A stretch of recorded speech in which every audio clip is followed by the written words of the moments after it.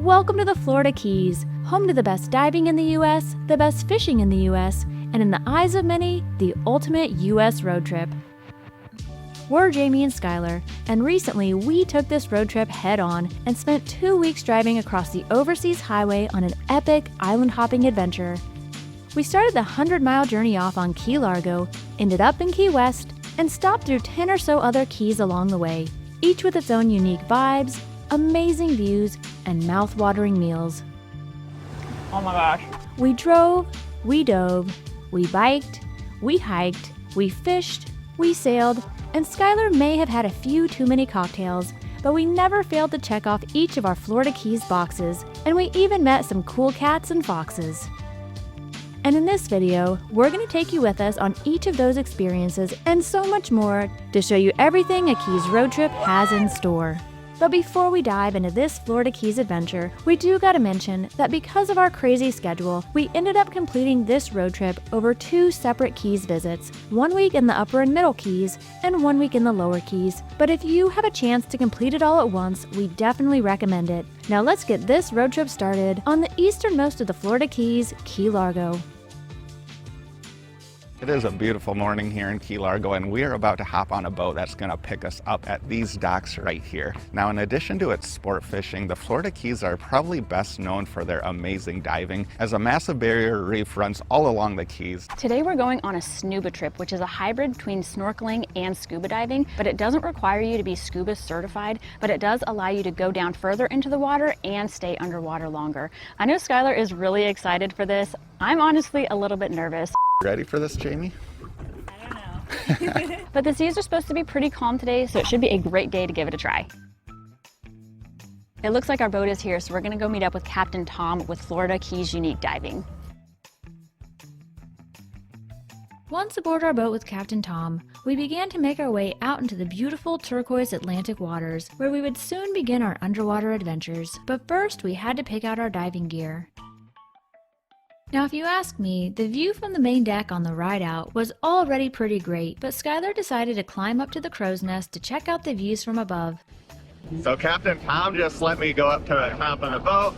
We're definitely picking up speed now. It's a little choppy out here, but not too bad. After enjoying some views from the crow's nest, Skylar decided to join Squirt and I back down on the deck.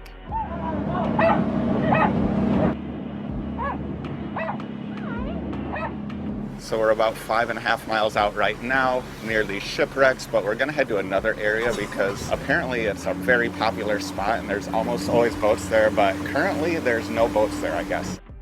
After a few more minutes on the water with Squirt, we arrived at our first dive spot of the day. And while we could already spot a few bright colored fish in the crystal clear water, Captain Tom knew how to attract a bunch more to the surface.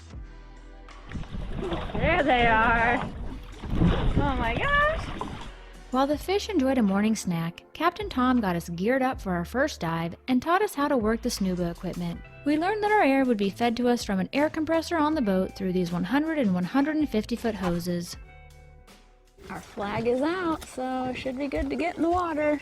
All right, Skylar's got his weight belt on, but we're not gonna start with weights. So very shortly the compressor is gonna be turned on, so it's gonna be a little bit louder. We're gonna put our flippers on, our weight belt, gonna be connected to the air compressor and wear our goggles. We'll just be getting used to breathing with the tubes, and then we'll get back on the boat and we'll have weights that are added, so that way we can go down further in the water. All right, Skylar is going in. So we've got 2 other people who are diving with us today. So we've got one line there, another line there, and then Skylar's line is out over here.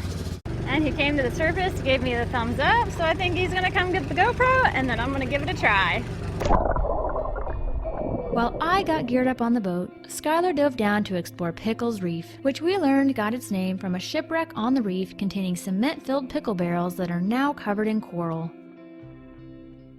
As the average depth of the waters at this reef are only around 15 feet deep, Skylar was easily able to dive to the ocean floor where the majority of the coral reef and fish could be found.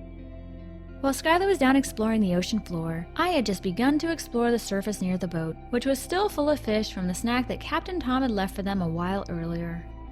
While it definitely took me longer than Skylar, I slowly but surely became more comfortable with my equipment and was eventually able to join him down below. And while I was expecting to see pretty fish down near the coral, the amount of them was pretty mind-blowing.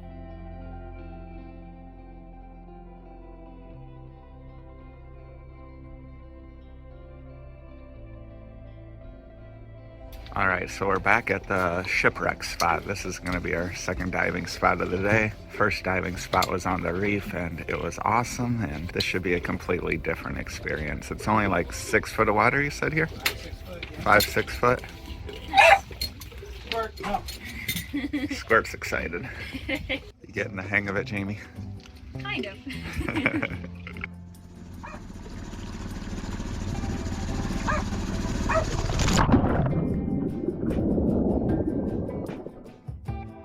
While the amount of fish we found at the wreck dive was nowhere close to what we found on the reef, we noticed that the colors of the fish we did find appeared to be more vibrant, due to them being in brighter, more shallow waters. And we even spotted a couple types of fish that we didn't see on our reef dive. And while Skylar definitely preferred being able to dive down much further at the reef, I really liked knowing that the surface was always just a few feet above at this location. While we show you some more of the experience from our second diving spot, we do want to mention that even though snoobing does not require scuba certification, it does still present some risks, even in shallow waters. So if you're thinking about going on a snuba adventure of your own, be sure to do your research to learn about all the safety precautions and to determine if it's the right activity for you. And if you do decide to go snoobing, be sure to do it with an experienced guide like Captain Tom, who we do have to thank for hosting us on this incredible underwater adventure.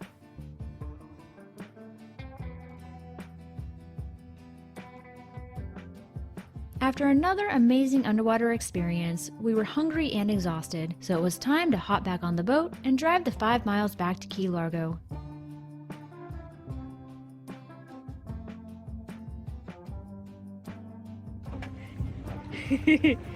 How was the view up top? So we are heading back in after being out snoobing for around 3 hours. It was a lot of fun. It was way better than any snorkeling experience I've ever had. And Captain Tom even packed a few beers.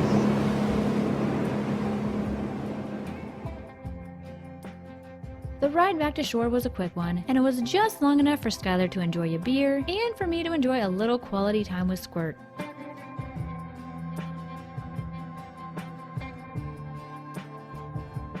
I think we were both a little bit surprised at just how hungry and exhausted that snoop excursion made us. We do have a sunset dinner planned, but that's not till like 3 hours from now, so we're gonna go grab a snack and maybe some coffee as well. So they do have 5 different types of key lime pie to choose from here. 2 of them come with chocolate. I have no idea why you'd want to ruin good key lime pie with chocolate, but the lady who works here actually said that the one that has the meringue on top is actually their most popular and their award-winning pie, so that's the one we chose. So the inside of this place is very small and there is no indoor seating, but they have this giant outdoor garden area. It's very peaceful. Now I'm gonna try this iced latte. Yeah, it's got 2 shots of espresso and this is what we need to get through the day.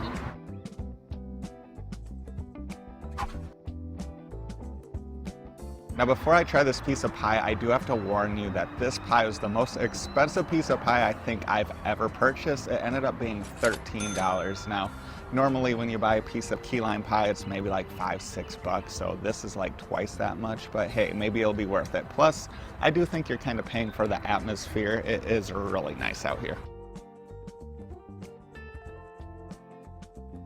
That's a very good piece of pie. It's, I'd say, a little bit more on the sweet side than I would typically like, but it's very tart as well. I'd say it's really well balanced. It is one of the best pieces of key lime pie I've had, but still probably wouldn't pay $13 for it again. So it is my turn to try this pie. Okay, so I agree with Skylar that the balance of the tartness and the sweetness is really good. Now the key lime filling is so creamy, probably the best that I've had. The crust is pretty good, and this meringue on top, it just absolutely melts in your mouth. But I would have a hard time paying $13 for another piece. Now when we are out and about exploring new areas, we are often eating quite a bit, and it's usually not the most healthy. So we're really happy when we can find a fresh produce market, and thankfully there is one nearby to where we're going for dinner tonight. So we're gonna swing through there, get some snacks for the condo, and then head to dinner. Our search for healthy snacks led us to Rancho Viejo Fruits and More, near Mile Marker 100 on Key Largo. Look how vibrant all of these fruits and veggies are. They look delicious. You can also get coconuts here. I think they'll cut them up for you and you can drink the juice.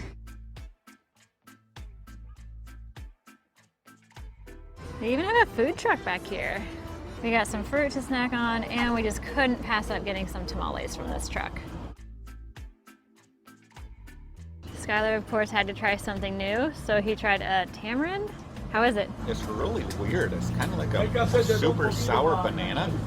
It's got these big seeds inside, but it's slightly sweet also. I really do like it though. So this is a really good sized tamale for $5. I think I'm gonna start by just cutting it in half. So this tamale is soft and really dense without being super dry. I really like whatever they have on top here because it adds a nice crunch to it. So we're just leaving the market. We did get the fruit that we were looking for, and we also got a tamale that was really good, but we were not planning on getting that tamale until after we arrived at the market. And I realized that the place we were planning on going for our sunset dinner is actually located in Islamorada. Now it's kind of a bummer we're not going to be able to go there because it came highly recommended by the captain today, as well as our Airbnb host, Bud. As we often have to do on this channel, we've had to come up with a backup plan, and I think we found a really good one. But if you ever are visiting Islamorada, even though we haven't gotten a chance to eat at Lazy Days, we would recommend you give it a chance based off the great reviews we've heard on it. Though we couldn't eat at Lazy Days, we were still pretty excited for our Key Largo dinner spot, even though we didn't have much of an appetite. So we did make it to our backup sunset spot before actual sunset. It's located right on the water, and it sounds like they have some live music playing, so I can already tell you we're gonna love this place.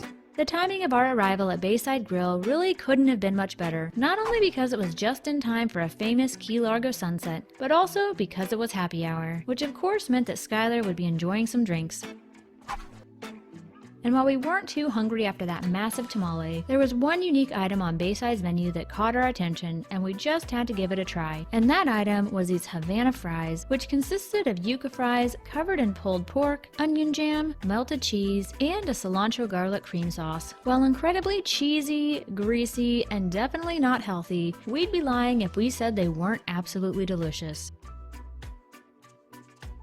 Now, as was the case with tonight's sunset dinner, things don't always go as planned on this channel, but we're normally able to make it work. Just like we did tonight, we still ended up at a place with a great sunset view, a happy hour, good food, and even a live musician. So I just realized that the full moon had risen, and it is the full beaver moon tonight.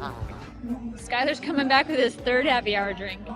So I decided to switch it up from Captain and Diet, and I got their $5 rum punch. All 30 drinks tonight have been $5 a piece. I'd say this one's my favorite though. It's got a lot of rum in it. Now, another unexpected thing happened earlier today during our snuba trip when I unintentionally tested out how waterproof our wireless mics are when I took one of them snooping with me. After I admitted to Skylar what I did, he did rinse it off with fresh water. It's been hit or miss ever since, but I still have high hopes that it's going to dry out and work good as new. Testing the mic that went snooping with me. It at least is blue. Earlier it was purple. I don't know, I think it might come back. It's looking good. Now our final stop of the evening is probably the establishment I've been most excited to visit in all of the Keys. It's the oldest bar in all of the Upper Keys. They're known for their live music and they're also cash only. It definitely sounds like our type of place, and we'll see inside. Inside the Caribbean Club, we found a really cool old Keys vibe, with lots of vintage decor and memorabilia from the Key Largo movie, which had several opening scenes shot here more than 75 years prior. But it was the music that we had come here for, and that took us out back, where we found another bar, a band on stage, but surprisingly, not a whole lot of people. So far the Caribbean Club definitely has not let me down. It's right on the water. They have an outdoor live music stage with a good band playing. They also have a $8.50 Pusser's Painkiller. So we were expecting the Caribbean Club to be our last stop of the night, and it easily could have been because we were having a really good time. But when the band went on break, we actually heard another live band playing just a little bit down the bay, And we figured since we only have a few nights here and it's a full beaver moon, we might as well check out as many places as possible, so we'll see you over at the next place. Now we're pretty sure the other band we heard on the water is here at Big Chill. Now it is Jimmy Johnson's bar, and for those of you who don't know, he was the head coach of the Dolphins and the Cowboys back when we were really young. While Jimmy Johnson's was not on our original list of spots to visit in the Keys, it was very popular, and we definitely see why, as it has multiple open-air bars with lots of seating, an impressive stage, and a crowd that's definitely not afraid to dance, even in a rainstorm. So we stayed here as long as we could. The van ended up getting rained out, so we're gonna wait for a break in the rain, run to the car, and we'll see you in the morning.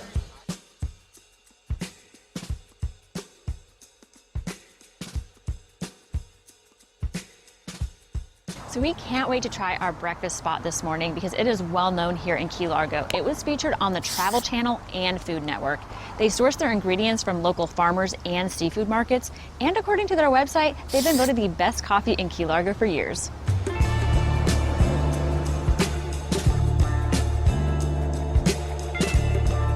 Now, since the coffee here is award-winning, we had to start off with a couple. I went with a cafe con leche, which is my favorite type of coffee, and Jamie went with a hot latte.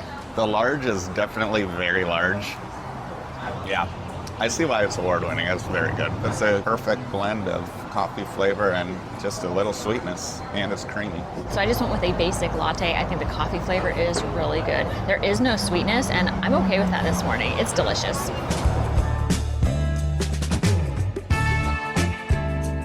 For breakfast today, Jamie went with a croissant sandwich, and we couldn't come to the conch house without getting something with conch on it. So I went with the cracked conch benedict. It comes with lobster and conch ceviche on top, and also fried conch on the side. So Jamie ordered hers breakfast sandwich with bacon, but they accidentally brought it out with ham. So now we get double meat. It's time to try my double meat breakfast sandwich. Now this is not on the menu, but you could always order an extra side of bacon or ham to make it. This is big. Yeah, this is a solid breakfast sandwich.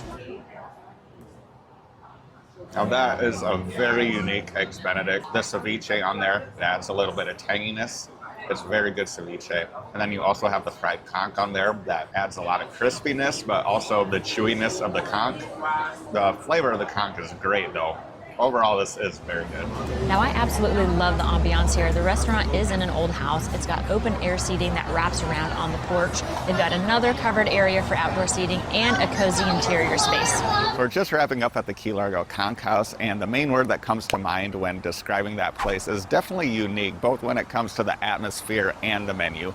Now, since I called out that $13 key lime pie, though, I should probably also mention that the Conch Benedict I ordered was $25. That's a lot to pay for an Eggs Benedict, but it was a really unique item. I probably wouldn't pay $25 for it. Again, I am glad I tried it. It was pretty good. Now, another unique thing about this place is that they do offer lionfish on their dinner menu. For those of you who don't know what lionfish is, it's a highly invasive species. From what I've heard, it's very difficult to prepare, but is absolutely delicious when done properly. So that's definitely what I'll be ordering if we ever come back for dinner. But for now, we got some birds to pay a visit to.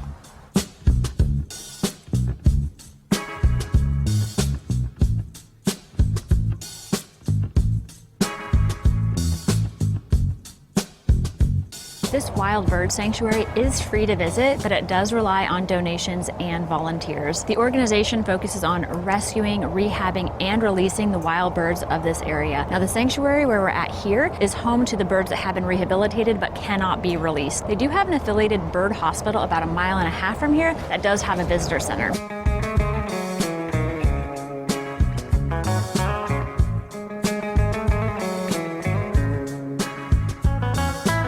So I just learned that a flock of broad-winged hawks is known as a kettle. Bet you didn't know that.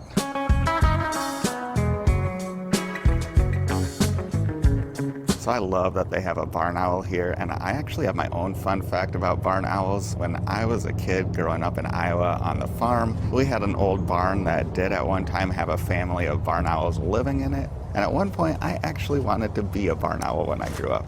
I do really like how the cages here are so big, and they're built with the trees in mind. So this tree is growing through this one side and out the top. I gotta mention the boardwalk at this place. It is in really good shape. It's nice and wide, really relaxing just to walk around in here. The boardwalk path does have some really nice shaded seating areas too. Jamie's over here hanging out with the pelicans. Oh, and whatever those things, are those pelicans? I don't know what they are. Those gotta be something different, right? I don't know if I've ever seen those out in the wild. Now, as you get further down this boardwalk path, it does lead into this mangrove area. The path itself also gets a little bit wonky. It's not in quite as good a shape. So Jamie just said that this boardwalk path actually leads to the water, and she pointed out that there may be some crocodiles in the area. Spot any crocs yet? No, thank goodness. As much as I'm loving all these birds, I think that would be the highlight of this day if we spotted a crocodile. No, thank you. I just spotted this guy on the boardwalk. I'm not sure what he is. It's some sort of lizard. They definitely get a lot bigger down here in the Keys than they do in our area of Florida. Because these enclosures are practically built in the mangroves, it does feel more like a wildlife area than your typical rescue, and I'm sure the birds definitely appreciate that. These two blackbirds are probably the funniest birds on the whole property. They're so active. Yeah. They like never sit still. Whoa, you are friendly. Holy cow. I was not expecting that. All right, so according to this sign, we're thinking these are ravens because their beaks are a little bit curved. I think they're bigger than a normal crow. I don't know. If you guys know, let us know. Definitely already have way too many coffee mugs at home, but I still can't pass on this one. $10 and it goes to a good cause. And it goes with your shirt. That's true. It does. Look at that. Yeah. Found a shirt I really like too.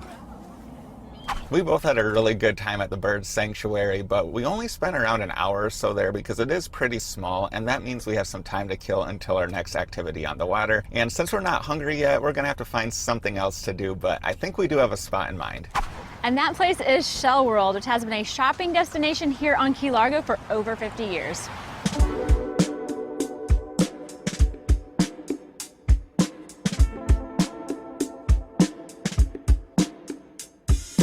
Now, as expected, they do have a ton of shells here, but they have a whole bunch of other stuff too. They've got a whole section of flamingo stuff, a section of turtle stuff, alligator stuff, honeys and hot sauces. You can also find a bunch of clothes here for both men, women, and children, toys, stuffed animals, jewelry, stones, soap, as well as home goods. Now this place is a little bit deceiving. The outside of the building is quite aged, but when you get inside, it's very nice and it's huge. Skylar actually lost me for about 10 minutes. Since Skylar just bought a t-shirt and a mug at the bird sanctuary, we weren't shopping for much, but I did find a new mood ring.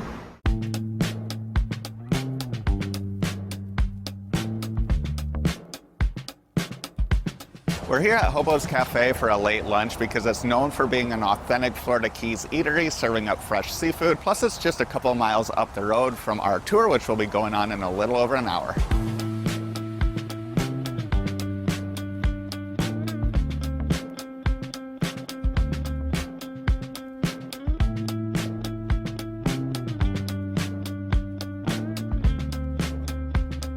After our big breakfast, we decided to order some lighter items for lunch. We went with their Cobb salad, which comes with cold water lobster and shrimp, as well as a bowl of their lobster bisque.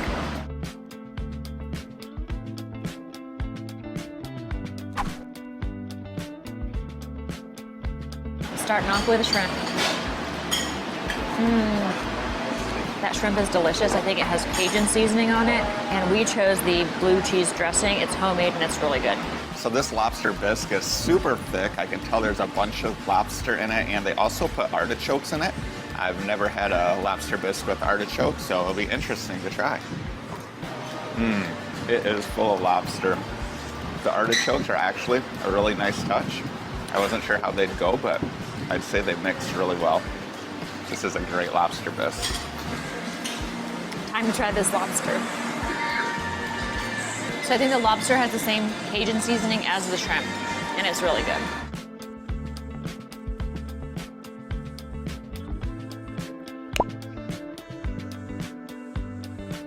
For today's tour, we're once again going back out on the water to check out the fish and the coral that live underneath it. But today we're going to be doing it from a much different vantage point because we're about to get on that giant glass bottom boat right behind me.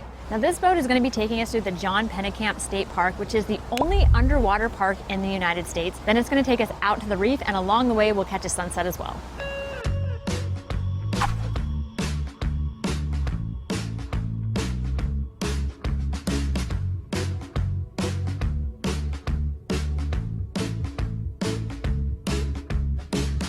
So the lower level of this boat is enclosed and air conditioned, and that's where the glass bottom is. This second level is open air, but it does have a lot of shade, and that is where the snack bar is, which does serve alcohol.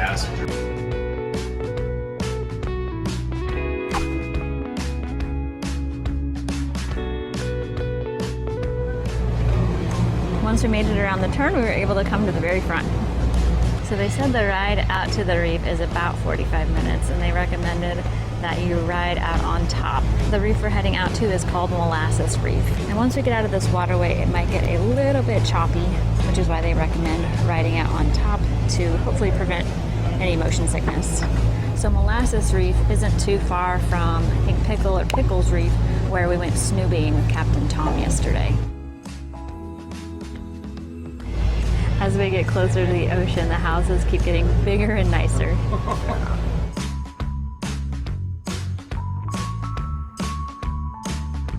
Skylar is, of course, checking out the bar.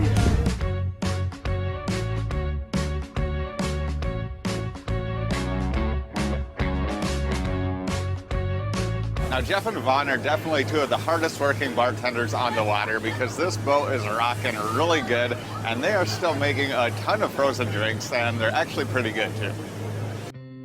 Once we got our drinks and made it out to the reef, it was time to head below to the glass bottom to see Molasses Reef. Our tour guide shared so much information about the reef, what steps have been taken to protect it, as well as the coral and fish that call it home. It truly was mesmerizing to view the reef from above. At times it seemed like we were floating only inches above the coral and fish, but on average we were in 15 to 20 foot of water. Because we booked the last tour of the day, the sun was about to set, so we didn't have much sunlight to highlight the colors of the coral and the fish.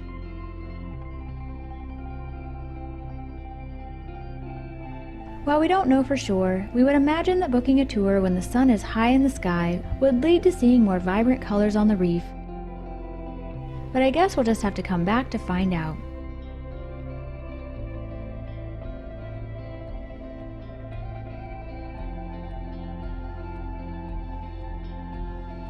The portion of the tour where we're over the reef is really cool. You can sit with your feet dangling over the glass bottom, and the tour guide shares so much information about the reef, about the coral, about the fish, as well as about some history on the Keys. Now, even though our glass bottom experience was over, we still had a boat ride from Molasses Reef back to Key Largo during sunset to enjoy, and it sure was a good one.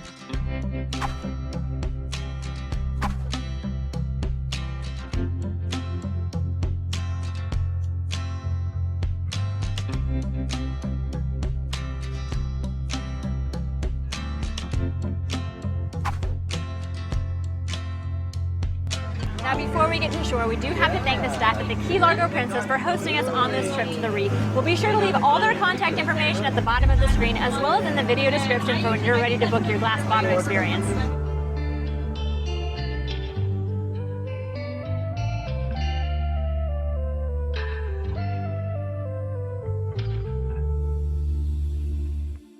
Our boat just docked, so we do have to get off now, but we still got one more spot to take you to tonight, so we'll see you there. Now, as some of you may already know, we love to visit breweries on this channel, but as far as we're aware, Key Largo doesn't actually have any, but they do have a meadery.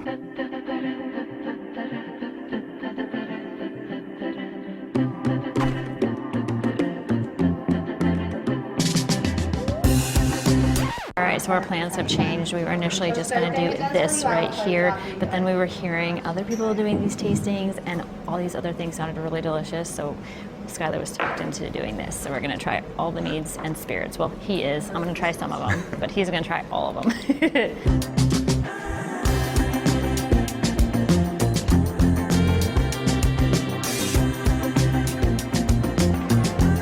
That's not what I was expecting though.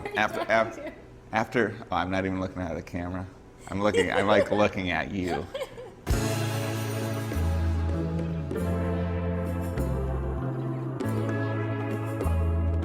So in addition to all the meads, this tasting also comes with 7 different spirits that you get to try. I've already tried 6 of them, but the last one is Tiki Java. This is actually made with Cafe Bustelo, and I love Cafe Bustelo.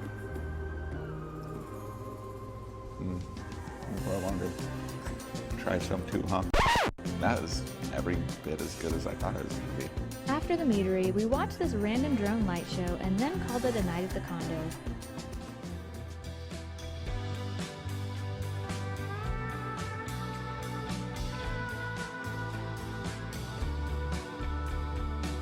It is really nice to have access to this private beach here at Ocean Point. And we don't mind the short walk to get here because the whole property is so well maintained. It's got beautiful landscaping, especially around the docks. There are these vivid flowers and we even saw some butterflies.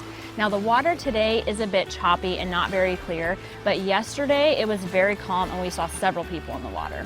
Now we stayed at both a 1 and 2 bedroom unit here at Ocean Point, and we love the fact that both units have access to all these amazing amenities on the property and have great ocean views. Another really nice perk that we should mention is that this is a gated property and they do have 24-hour security, so we always felt super safe here. And we also have to once again thank Bud and Lou for hosting us in both of the units. If you are interested in booking either of those units for your next Keys vacation, which we would highly recommend, we will leave the information to do just that on the screen as well as in the video description. But for now, we're hungry, we gotta check out and grab some food, so we'll see you at our brunch spot next.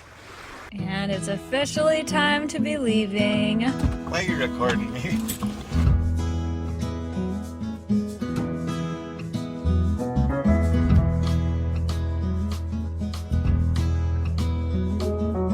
We just arrived at Harriet's for brunch, and you can tell this place is very popular because it is packed, but thankfully we were able to find a couple of open spots at the bar. Now, initial impression when walking into this place, it kind of feels like you're walking into your grandma's house, but with a whole lot of strangers. There's wood paneling, there's some really old looking curtains, but overall it feels really homey and I do like it. It's very different from any place we've been in the Keys so far.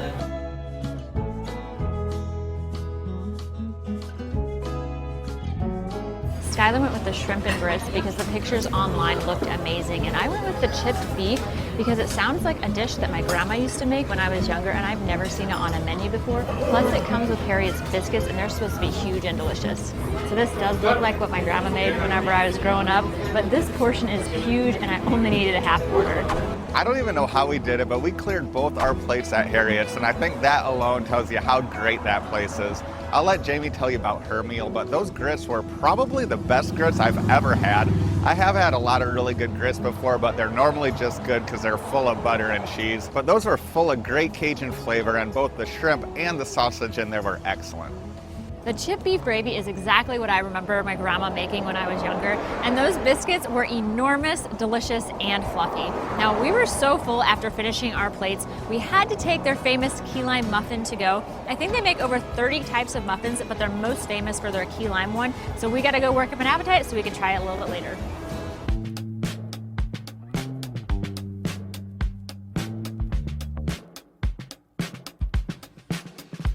So the green outline here is the state park, and most of it is over water. You can see this is Molasses Reef. That's where we took that glass bottom boat tour, which is right outside of the park. Now if you hit these buttons down here, it will show more information about the park. For example, here are the kayak trails around the park. So look at all those miles of kayak trails. There's also different snorkeling sites around here, which you can book tours at the state park. There's also reef dives along here. The visitor center here has an aquarium with I think a lot of fish that you could find on the reefs. And they even have a lionfish here. Oh, that fish doesn't even look real.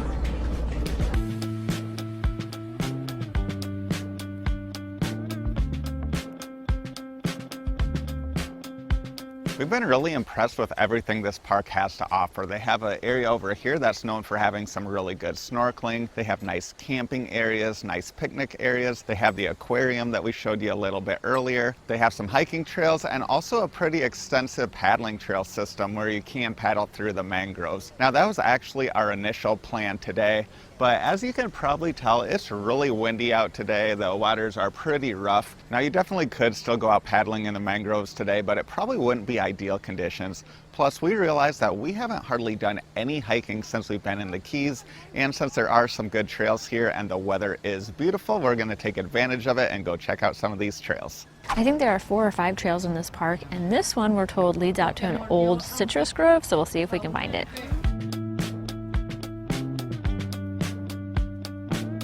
The water out here in these mangroves is really yellow in this section. So far this trail is nice and shaded. It feels really good right now. So the park staff said that there were mango, avocado, and key lime trees out here.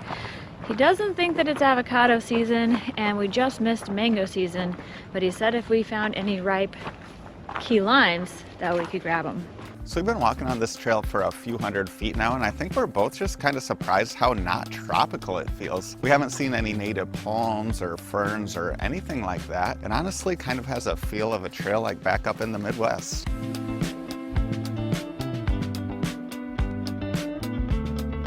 Want to see if we can find some key limes? Yeah.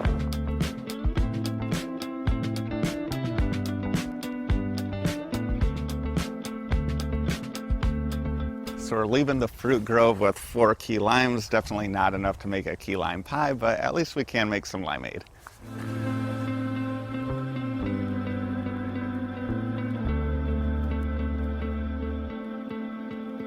I am super excited to try this key lime muffin. This smells really good. Is that like key lime pie in there? So the filling down there, it's not the same texture as key lime pie, but it's tart and sweet, just like a key lime pie. It is really good. I would definitely recommend these muffins. As I said earlier, they have over 30 flavors, and there were a lot of people just going inside to order muffins to go. So if you're not ready for a full meal, I'd recommend just stopping in and grabbing a muffin. So Jamie was right. This muffin is absolutely great, but it's almost 5 o'clock now, which means it's almost time for us to head to our last stop here on Key Largo, and we cannot wait to show you this one. We're here at our last stop of Key Largo, which is Pawsitive Beginnings. It is a nonprofit sanctuary for foxes who have been rescued from the fur trade. And we've never been able to interact with foxes, so we're really excited to meet them. So this is Jasper. Well, hello, Coral. Hi. This is Jasper. He's the oldest fox here and the one who spent the longest time on the fur farm. Aww. Penny is 5 or 6. Ridley's coming out to say hi. He's kind of got a unique look too, doesn't he? Yeah. Other than missing his tail. Ridley is the youngest of the foxes here, and apparently he behaves that way as well. So Nicole said that Kai is the education ambassador, so he's the fox that gets to go out. He goes all over the place.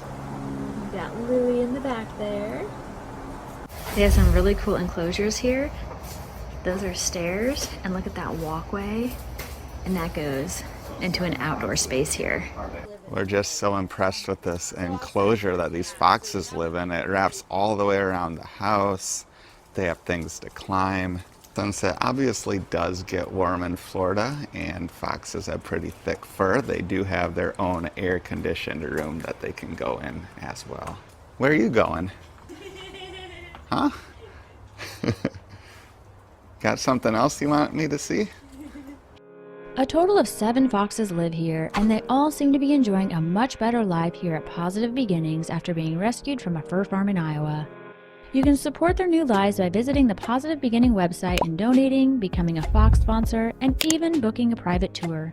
When you book a tour, not only do you tour the sanctuary and learn about the foxes, but you also have the opportunity to give them snacks. There we go. So Coral is 3. Hi. Oh, you were very gentle. Yeah. Here you go. Yeah. Girl. So gentle. I'd say Coral's warmed up to us. Yeah. Just take a little Just took about 3 Fig Newtons. Jamie's new best friend. Now, our 3 days on the easternmost key would have been a great vacation on their own, but we are just getting started. But before we move on to our next key, we do want to mention that if you scan the QR code above, you can access our digital Florida Keys travel guides for free, which are helpful tools for planning your own Keys vacation. But for now, it's time for us to head just a little bit west to Islamorada.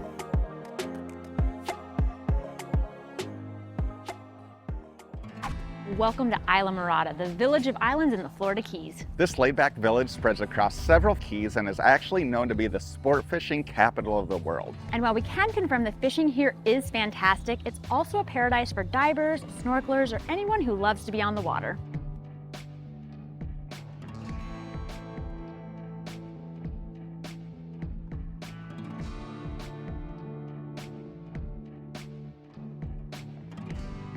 We are starting off at Mangrove Mike's for breakfast, and after looking around this place, it'll probably come as no surprise that the founder was a huge fisherman. This place has an old diner, Florida Keys kind of vibe. There are murals everywhere and even a fish and a gator on the wall.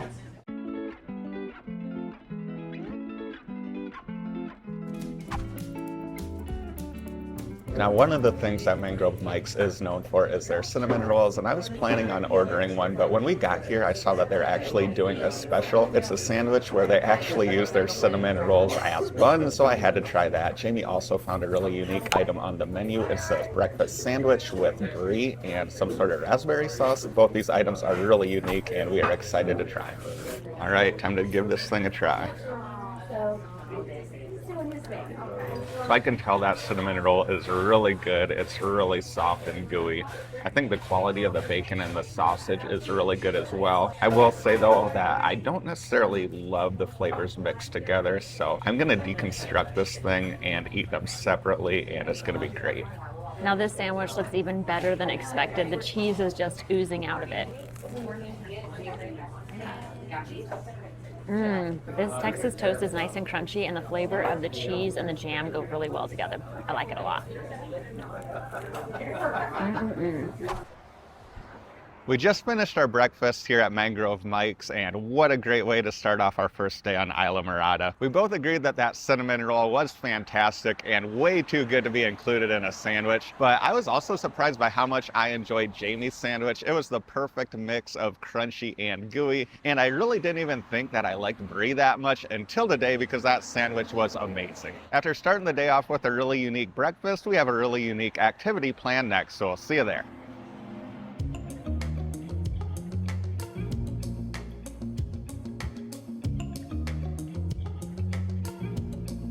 Our next stop brings us here to Spray Water Sports to go on a catboat tour. Now, a couple of weeks ago, we didn't even know what a catboat was, so odds are you've never heard of one either, so let's go show you what we're talking about.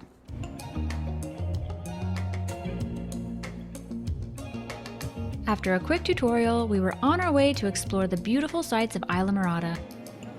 Have some fun out there, guys. All right, so this little knob here turns it right and left. Turns that. And the thing over there is the throttle. So. They said pretty much we just keep it either in idle or all the way, so it should be pretty easy. There's our guide Sasha up there. Those things are really easy to control. Skylar just said it's really easy to control. Of course, we're in very calm waters right now. Yeah. But it might be a little more challenging in some waves or at high speeds, but so far so good. So it does sound like on these tours there are quite a few different places that you can go to. Because it is a little bit rougher today, I don't think we're gonna go to the lighthouse or the sandbar. We're thinking that's where the sandbar is.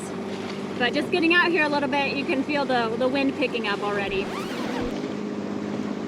The water is so pretty out here.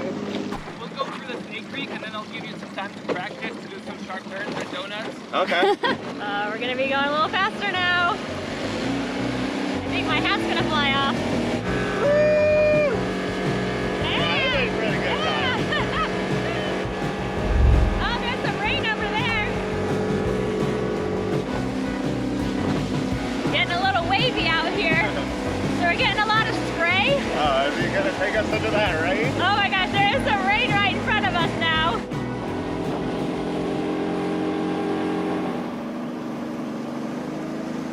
Oh, looks like we're heading into some calmer waters. Yeah, that was a lot more spray than we were expecting. Well, it started off as spray and then it turned into huge waves. I'm totally soaked. So right now we're cruising around Venetian Isles, which is an area with probably the most expensive houses on Islamorada. After scoping out the fancy houses, we followed our guide Sasha's lead through this mangrove area and towards the bay, where after a bit of slow going, we were once again able to pick up the speed. There we go.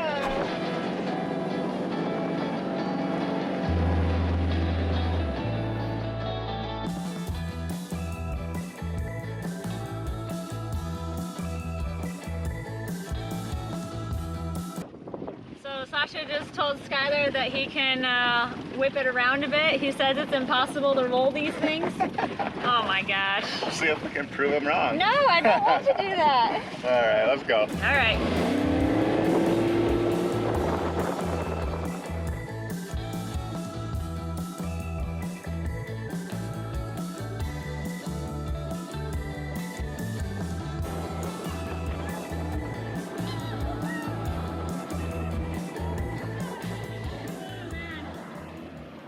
That's pretty fun. Skylar did his best to try to tip this thing over. Sounds good. All right, he says we're gonna go through maybe through the mangroves, or at least by the mangroves, and then Okay. we're gonna relax for a while. All right, so to I the was mangroves. unsuccessful in tipping over the boat. These things are super stable, but it was a lot of fun trying.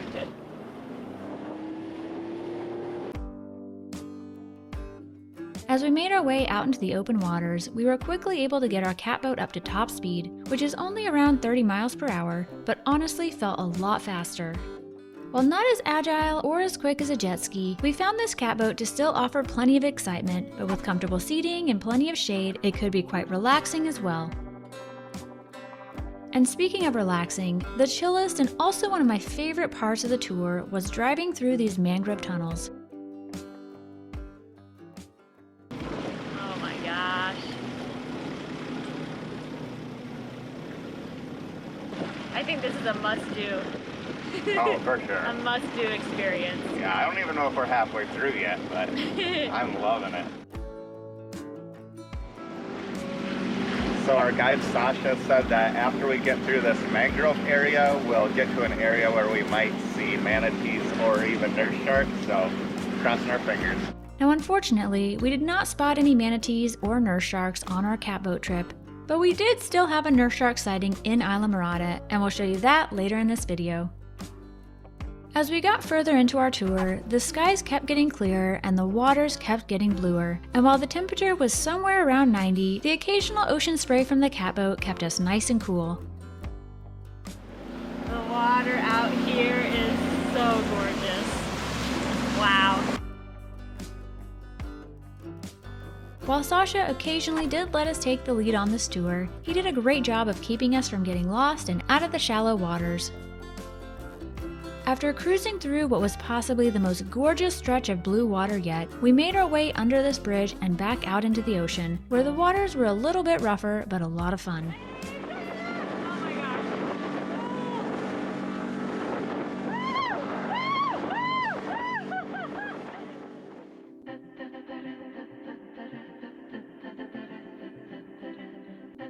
After a bit of splashing around in the ocean, it was time to turn around and head back into the bay, and before we knew it, we were back in the peaceful mangroves.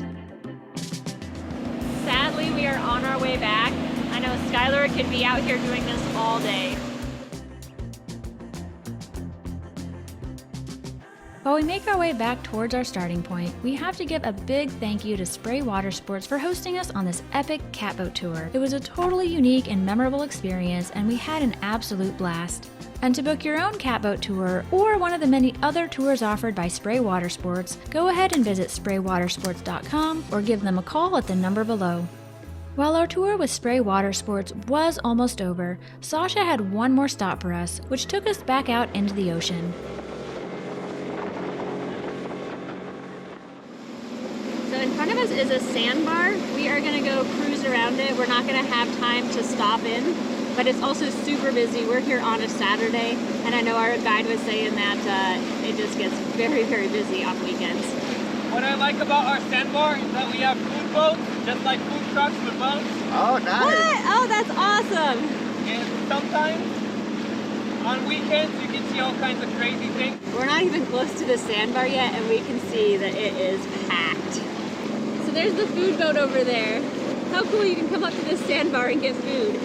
So because we went to so many other places on our tour, we're not gonna have time to actually get out on the sandbar, which is totally fine with us because we have seen so much. It has been awesome. Although an afternoon spent enjoying some beers on this sandbar did sound pretty appealing, we had a lot more of Islamorada to see and not much time to do it, so we made our way back to the docks at Spray Water Sports. Skylar taking it home. That was so much fun. So this iguana just came running out of the bushes and jumped from here down to there. Some people were walking by and apparently he got spooked. Now he's in the water. Let's see where he comes up. He's all the way over there already. Holy cow. You weren't lying. We didn't know they could swim that fast. So we just finished up our 2-hour catboat tour with Spray Water Sports, and it was awesome. Now we did learn that typically there's probably 3 or 4 catboats in a tour, but since we're here in the down season, we had Sasha, our tour guide, all to ourselves, which was really nice. He is really knowledgeable about the islands in this area and their history, so the tour was also really educational. Now we have only been in Islamorada for about 5 hours, but it feels like we have done so much, and we still have so much more to do, including lunch, because we're getting hungry, so we'll see you there. Our Saturday lunch spot took us to the Island Grill, which, like so many other Islamorada dining spots, has open-air seating right on the water. Now, to be honest, we were a little bit concerned that this place was this empty on a Saturday, but as we later learned, we were visiting Islamorada during its absolute least busy time of the year, when it was not at all uncommon to find nearly empty businesses like this one. Now, Island Grill is known for their tuna nachos, and I definitely see why. These are the best looking tuna nachos I've ever seen.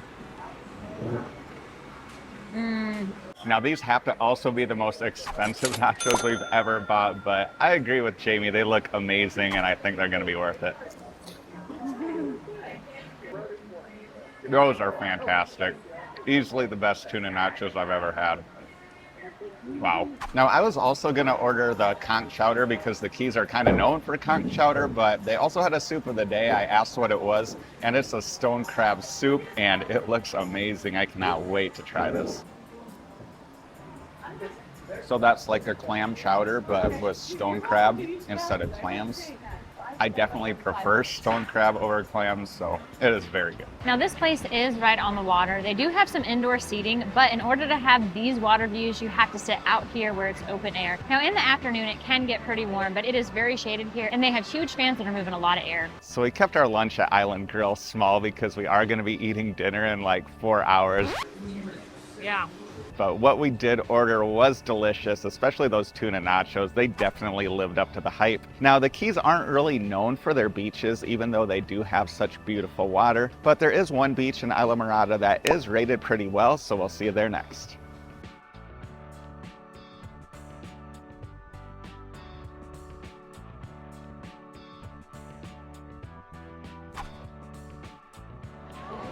Founders Park is way more than just a beach, and if you're coming here for the first time, you may actually wonder where the beach is. When we came here, we drove by the tennis courts, the pool, and a bunch of boats before we even found it.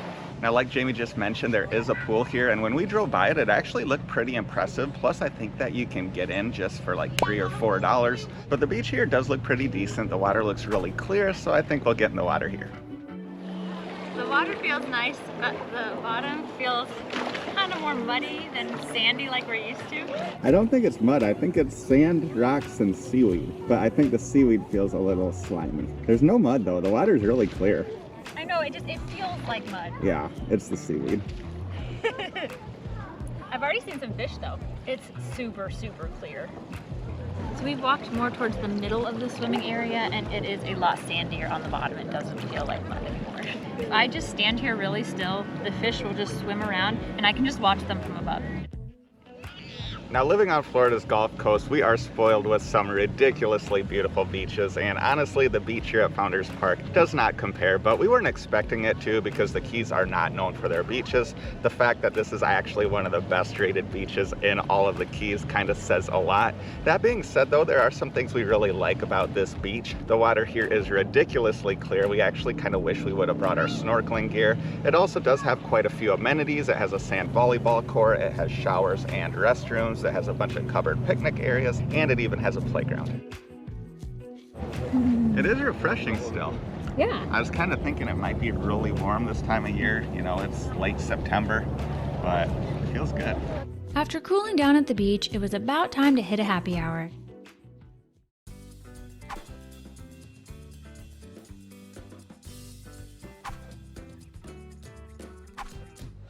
We came here to Loreley's because it's one of the most popular spots on all of Islamorada, and they also have an insane happy hour. From 4 to 6 p.m., 7 days a week, you can get $1.50 domestic draft beers and $3 craft beers. Now, I got a Spiny Lobster IPA. It's a local brew. It's like 8% alcohol, and it only costs $3. I would expect to pay like $7, $8 for this beer in the Keys, so this is an amazing deal. Now, normally Skylar is the one who orders the key lime pie in our episodes, but I saw it on the menu. It's a little bit different. It's frozen, it comes with mango sauce, and they said it was world famous, so I couldn't pass it up. I can say that we've never had a key lime pie quite like this one. It is extremely creamy. Probably pretty nice on a hot day too, huh? Yeah. Very creamy, not too tart, but also not too sweet. Yeah, I like it. So my second $3 beer is the Loreley Honey Blonde Ale. It's another one from Florida Keys Brewing Company, which I just found out is also right here on Islamorada, along with Islamorada Brewing. I thought we were just gonna go to one brewery tomorrow, but now that I know that there's two here, we're probably gonna have to go to both of them. So my third $3 beer is the Channel Marker IPA. It's from Islamorada Brewing. It's not quite as strong as the other IPA I got, and that's probably a good thing since it's my third one. Okay, that one's quite a bit more hoppy than the other one. It's like not sweet at all. It's more crisp. It's definitely lighter. You could definitely drink more of these. I still prefer the Spiny Lobster one. That was my favorite of the three, but it's still a really good beer. After helping Skylar polish off craft beer number 3, it was time to grab dinner next, or at least that's what I thought. So we both agreed that we loved Loreley's and easily could have killed another hour there before dinner, but after drinking those delicious beers from Florida Keys Brewing, I looked them up and realized they were only a few blocks away from here, so we're gonna make a quick stop by there before heading to our dinner spot. So bad news, guys. Florida Keys Brewing Company is currently closed. Good news is, though, that they do plan on opening back up in a few days. Sadly, we'll be out of here by then, but the next place we're heading to for dinner definitely will have beers, maybe even some from this brewery. We'll find out soon, and we'll see you over there.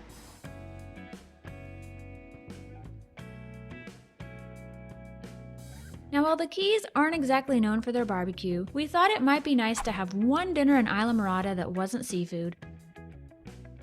We're here at Hog Heaven for dinner. This place is a barbecue joint right on the water with beautiful views.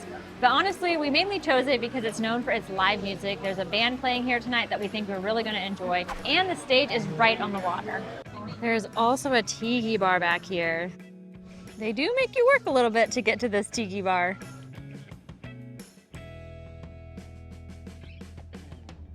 While we normally would have been all about sunset drinks at this tiki bar, what we really needed was some food, and thankfully our order had just arrived.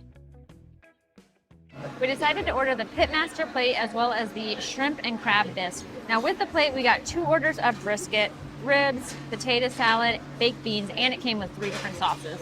The waitress said the brisket was the most popular item for this plate, so that's why we ordered 2 of them, and it does not disappoint. I'll tell you my thoughts on this food in a little bit, but first I gotta mention that they do have some beers here from Florida Keys Brewing. This is actually the Spearfish Amber. They didn't have this at the last bar, so I had to order it. It's a really good balance of like malty and hoppy, and I really do enjoy it. Now, Jamie was actually trying to talk me out of ordering this shrimp and crab bisque because I already ordered a crab soup today. I had to explain to her that a chowder and a bisque are two completely different things, and I'm really glad I ordered this bisque because it is delicious. As far as these meats go, the brisket is incredibly tender. The ribs aren't quite as tender, but they are really flavorful. Overall, for Florida barbecue, it's really solid, and I'm pretty impressed with the food here for sure. Just as we were wrapping up our meal, the band began to play, and we do gotta say that this was one of the best settings we found at a bar to watch live music. And while we would have loved to stay out late to catch the entire show, we had another big adventure planned for bright and early the next morning, so we'd have to call it a night. Good morning. We are up early because we have a fishing boat to catch.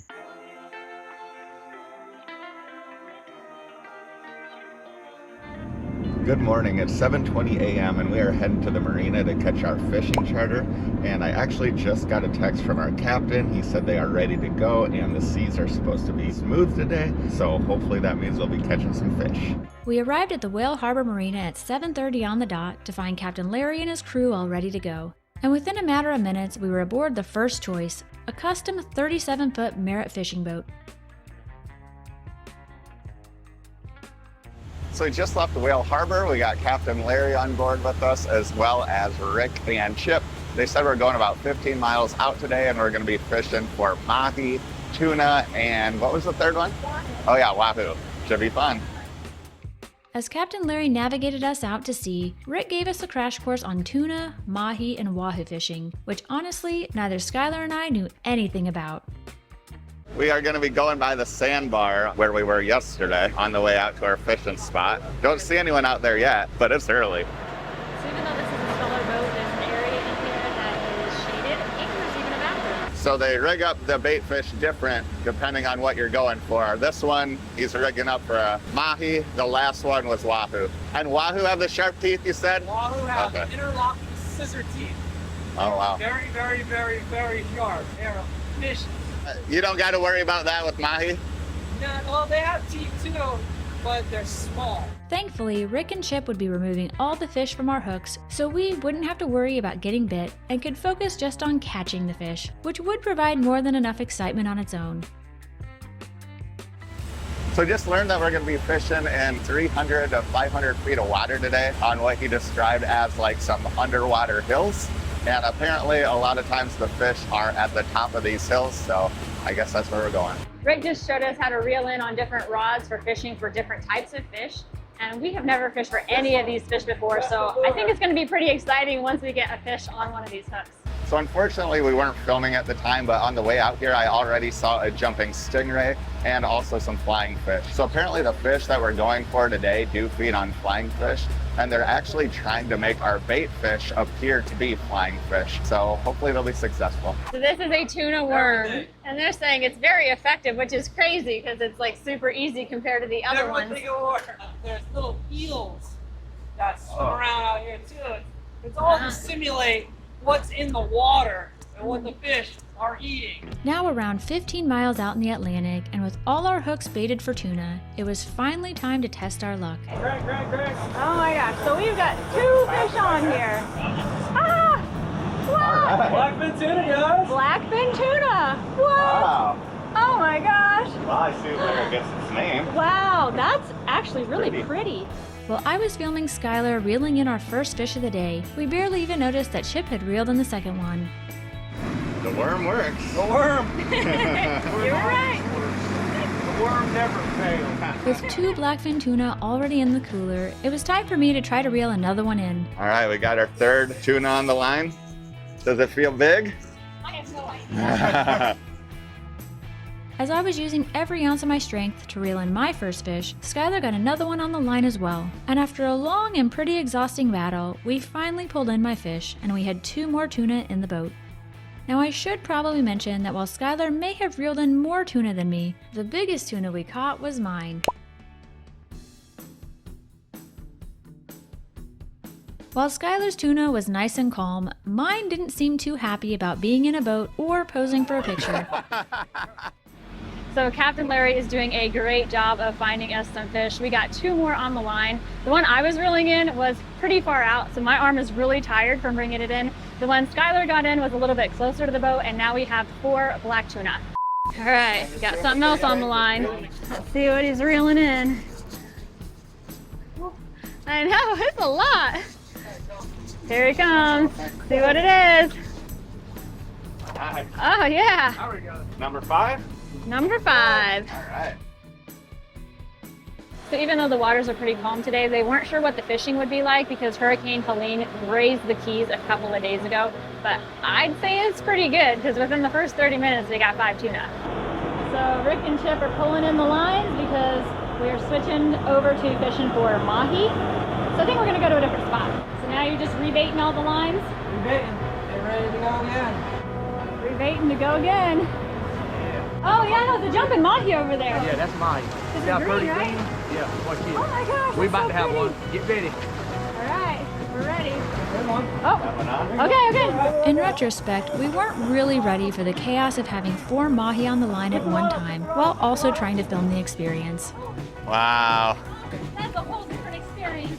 All right, should I bring mine? All right, Jamie just reeled in her mahi. I got one on the line, but we're waiting to reel it in. You can probably see it out there. It's just right offshore. Just waiting for them to give me the word to bring it in. All right. I don't think it's as big as yours. There's mine. That's bigger than I thought. After another big fight with another big fish, I was thoroughly exhausted, so Skylar was more than happy to reel in our 3rd mahi.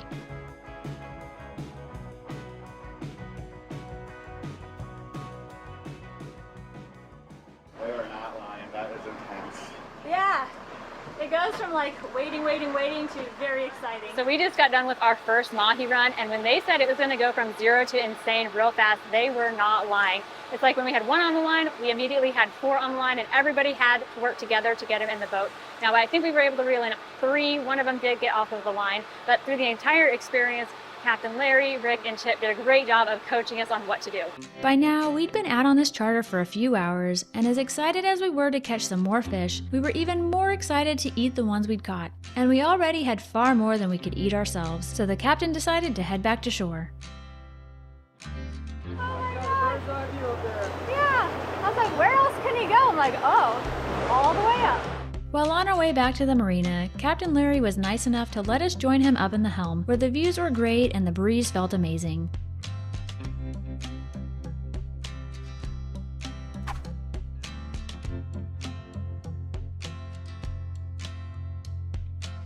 So Captain Larry agreed to let me climb up to the very top of the boat. Pretty nice view up here. Nice breeze as well. As we made our way closer to shore, the waters became lighter and we were soon driving by the sandbar, which was once again a very popular place to be. Before we knew it, we were back at the marina where it was time for Captain Larry to clean our fish, for me to admire our catch, and for Skylar to enjoy a beer. And we both couldn't pass up the chance to try the freshest tuna you could possibly have, and it was fantastic. Now we took some of our mahi to Wahoo's because it was only steps away from where we got off the boat.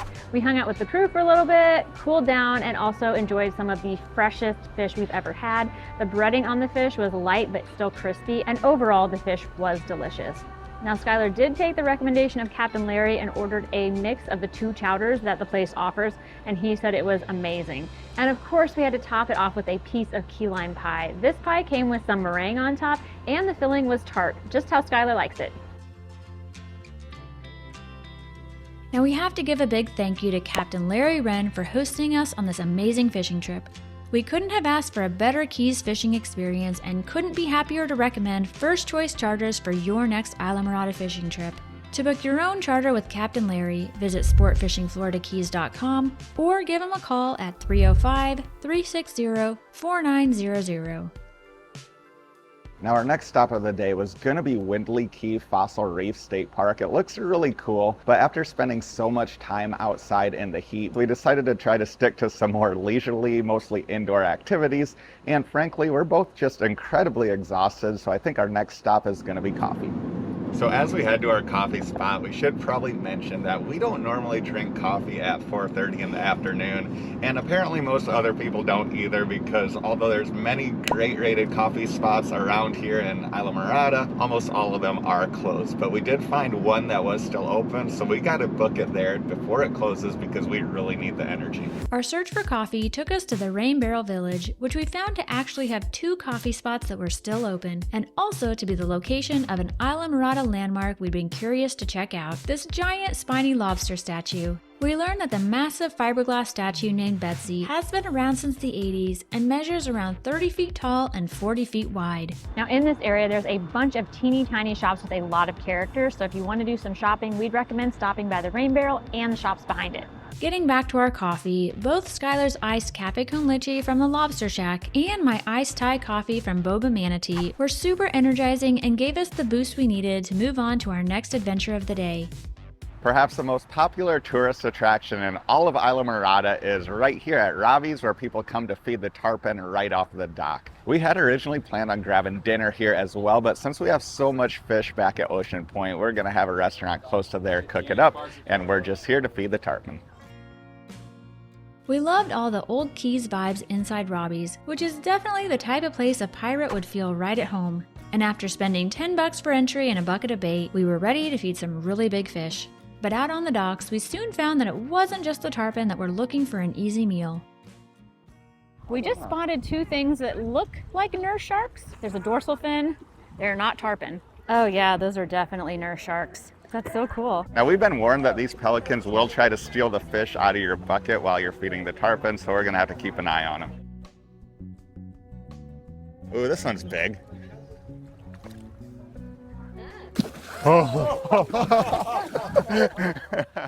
Ready? Yeah.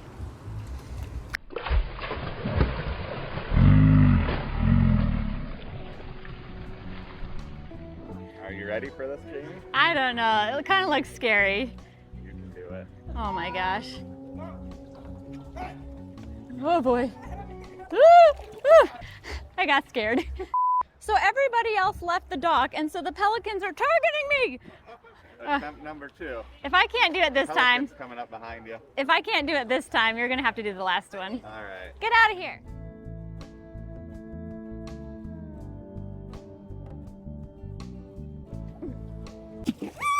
Nice. Oh my gosh, Good job. that's scary.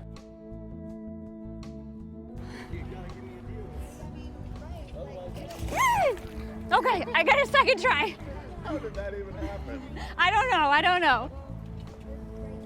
Oh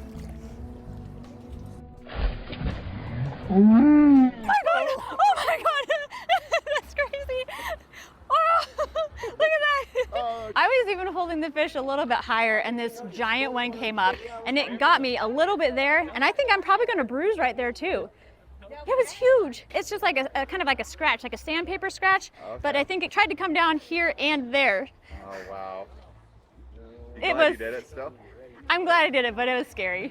So I just went and washed my hand with soap and water, and as you can see, it really isn't that bad. So I gotta admit, I was a little bit concerned that this activity would just end up being a tourist trap, since literally everyone that comes to Islamorada ends up feeding the tarpon at Ravi's, but it ended up being really cool. It is a totally unique experience that we would recommend, but we do suggest that if you want to avoid the crowds, you come either early or late. By the time we left Robbie's, the sun was just setting and it was about time for dinner. But we decided that first we could use a drink, and it just so happened that Islamorada Brewing was on the way to our dinner spot.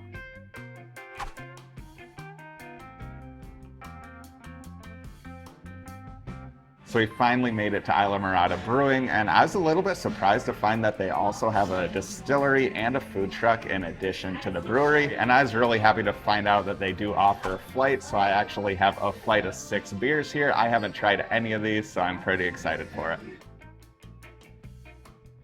So the bartender said that the most popular beer here is the No Wake Zone. It's a coconut key lime blonde, and I understand why it's so popular. It's really good.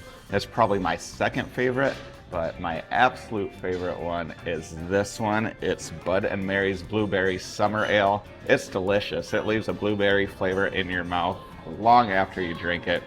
It's light, it's refreshing, it's really good. While this brewery would have been a great spot to end our evening, I was starving and we had a bunch of freshly caught fish to eat. And since Captain Larry said the best cook your catch spot was back in Key Largo, we made our way back to the island to the east.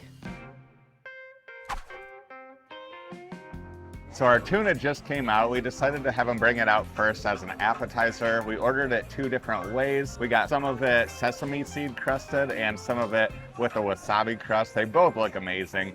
It's a lot more than we were expecting though. Now I love wasabi, so I'm definitely most excited for the wasabi crusted tuna.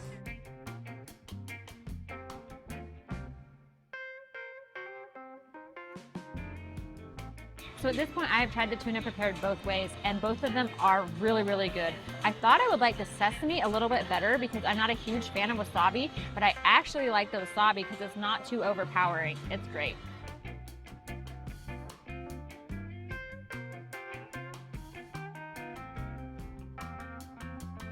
I think the mahi that's prepared blackened does have a little bit more flavor, but I also think it's a little drier than the Lazy Days one. Both are really good. I have a hard time deciding on my favorite, but once you add this sauce to the Lazy Days one, that one is the winner for me. Overall, we've been really impressed with this place. They prepared our fish even better than we expected. The service was great, and we absolutely love this outdoor tiki area. Now, you can eat here even if you don't have your own fresh catch. They do have a huge menu. They actually have a lot of options for seafood. Our third destination in the Florida Keys takes us just a few miles further west to Marathon, which is known for its clear blue water, amazing bike trail, and friendly, laid-back atmosphere.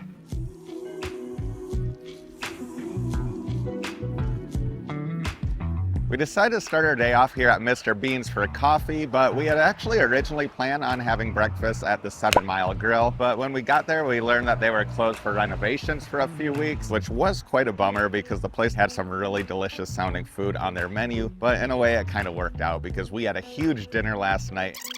Now, speaking of the prior night, that's when we enjoyed this unbelievably delicious mahi and blackfin tuna that we had caught just a few hours prior off of Islamorada. If you haven't already seen that experience, along with the rest of our adventures on Marathon's neighbor to the northeast, then we'd highly recommend you check out that episode after this one. The water out here is so gorgeous.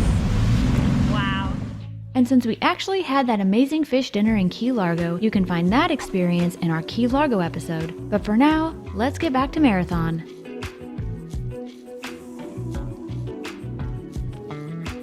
So this is Mr. Bean's.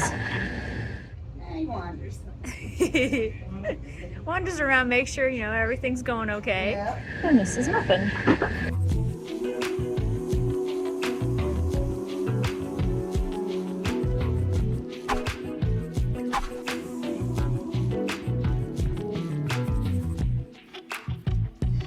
Seriously, this cat loves Skylar.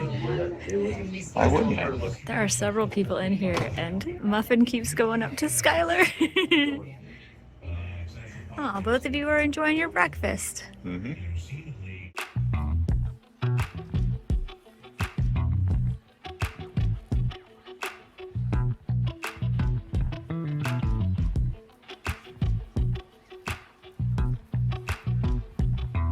We just left the coffee shop. I got an iced latte and Skylar got a hot latte with brown butter toffee flavoring. We both agreed that the coffee was good. It was fairly strong, but the highlight of this place had to be the cats. Mr. Bean stayed behind the counter during our visit, but Muffin absolutely loved Skylar. We both thought Mr. Bean's was a great place to get out of the heat, grab a drink, and enjoy a book, but we couldn't stay there long because we had a tour to get to.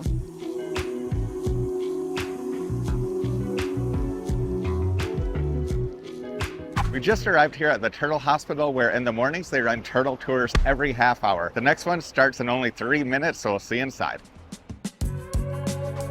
The building where you pay for the tour is full of information about sea turtles and the history of the hospital.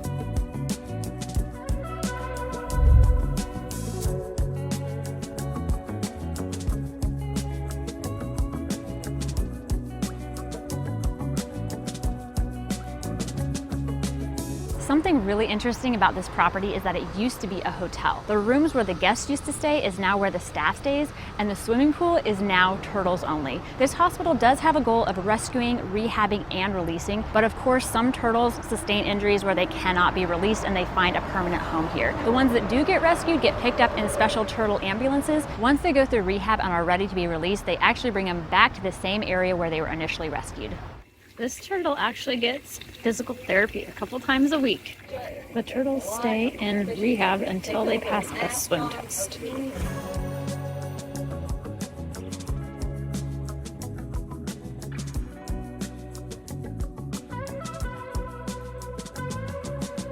We just finished up our tour here at the Sea Turtle Center, and it was a lot more than we expected. It was an hour-and-a-half long, fully guided tour. We learned all sorts of things about the different types of sea turtles, the threats they face out in their environment, why they end up here at the hospital, and how they're treated. Now, we did also get to see a lot of sea turtles, and we even got to feed some.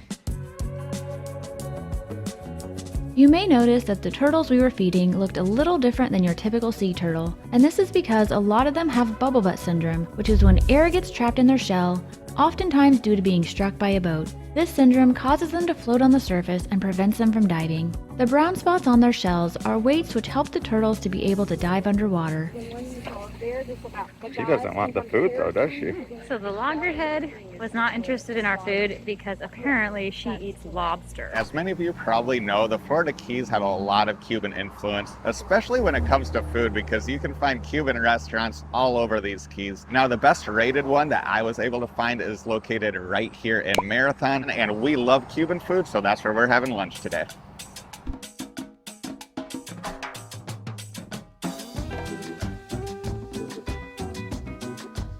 So I ordered today's special, which is picadillo. From my understanding, it is ground beef with rice and also yuca. Skylar went with the croqueta sandwich, and we can't wait to try them.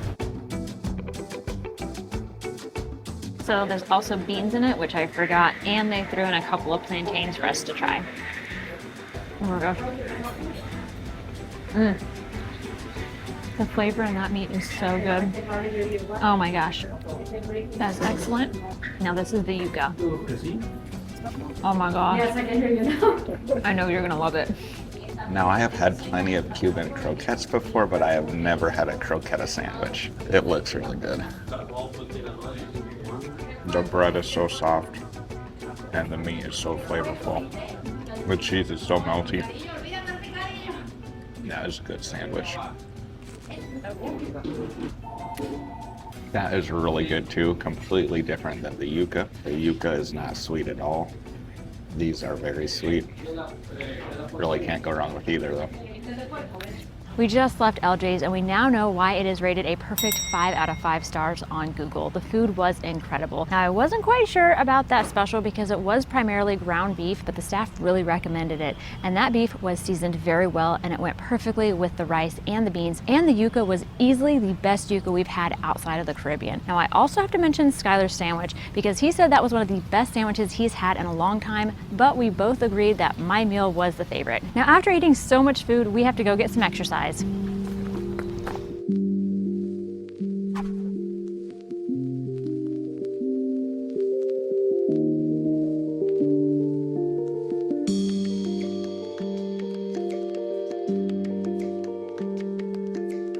So we actually had an excursion booked today to go out snorkeling, but we are visiting the Keys during their low season. And for a lot of companies, that means if they don't have enough people for an excursion, that it gets canceled. And unfortunately, there weren't enough people that signed up for our snorkeling tour, and it did get canceled. So we decided to take out the tandem kayak and do a little touring ourselves.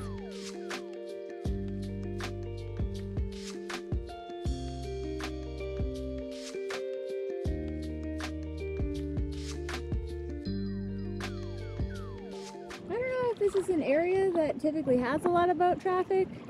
There's none today. We've seen 2 boats drive through here, I think. But again, we're here in the low season and today's a Monday. So we did have to fight a little bit of current to get back to this mangrove area, but we made it.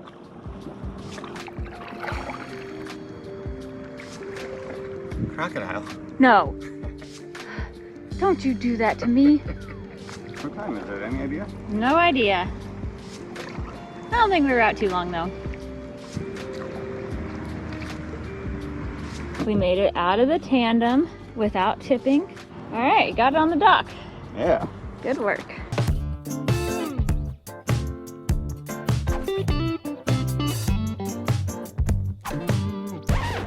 those of you who are whether you travel near or far, let's toast to the sunset on the seas and take our lucky stars with us. Cheers. Cheers.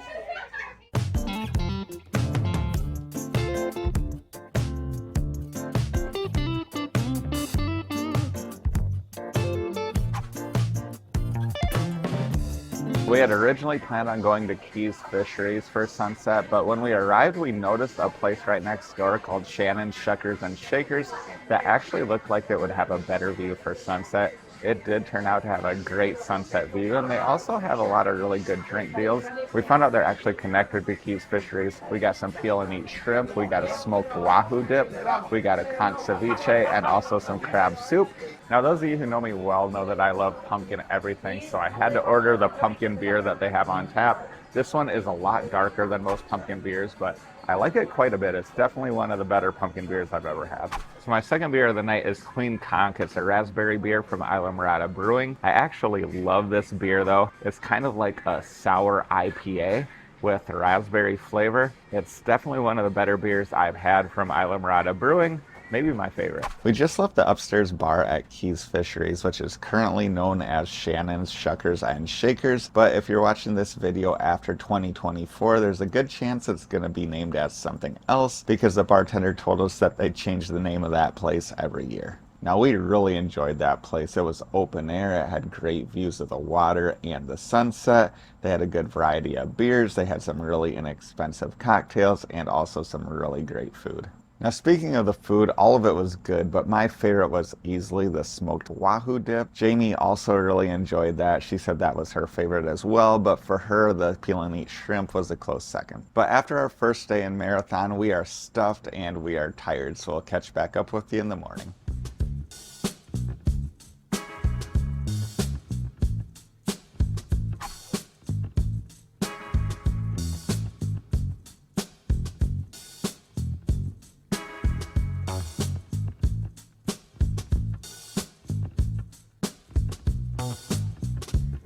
This place is straight out of the Caribbean, chickens and all. Look who I spotted.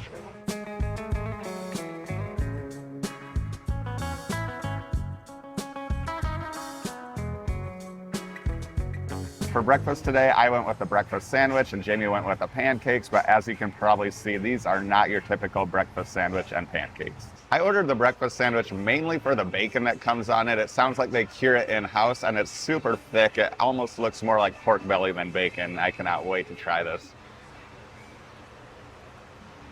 The flavor of that bacon is unreal and that mozzarella just melts in your mouth. So good. So I went with the souffle pancakes, so they're really thick. They come with a lot of fresh fruit on top and mango sauce, and I think a coconut sauce too. I can say I've never had pancakes like those before. The texture is totally different, but they are really good. I really like that coconut sauce. It's not too overpowering. Mixing that with the flavors of the fresh fruit and the mango sauce, it all just goes very well together. Oh my gosh, the flavor of that bacon is so good. As much as I love those souffle pancakes, you gotta at least try the bacon.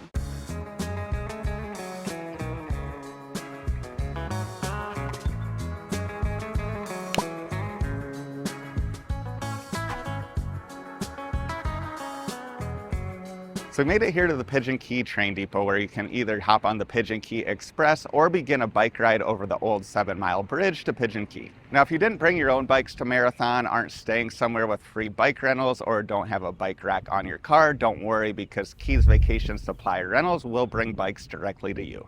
Today we are going to be riding e-bikes because it is already super hot outside, it's very humid, and I'm already sweating, so we are really glad that we're not going to have to be pedaling hard to make it to Pigeon Key. After meeting up with Denise and Dave to pick up our e-bikes for the day, we were on our way to the old 7-mile bridge.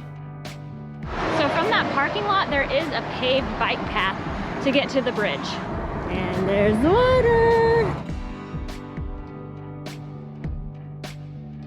The water looks gorgeous. And we're not even on the bridge yet. So this is the current 7 Mile Bridge, but we are going to be taking the old 7 Mile Bridge. It's for pedestrians and bicycles only. Here's the little trolley coming through that will take you back and forth to Pigeon Key. It takes the same bridge that the pedestrians and the bikes do.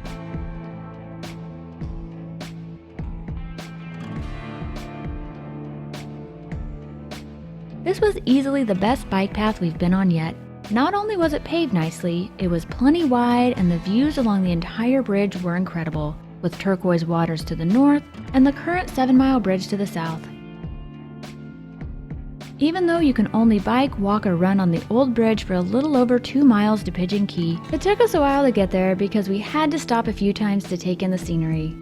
We've stopped kind of in the middle of the bridge to enjoy the view. Thankfully there is a bit of a breeze today, but look that way, there's hardly anybody. Same with that way. It's a perfect day. The old bridge parallels the current 7 Mile Bridge, which connects the middle keys to the lower keys. So we've been biking maybe 5 minutes right now, and we just hit the 1 mile marker, and we've only met 2 other bikers on this trail. I cannot believe how few people are on it. The water is so pretty. Oh, another pelican! Hey, buddy! There's Skylar way up there, just enjoying the ride.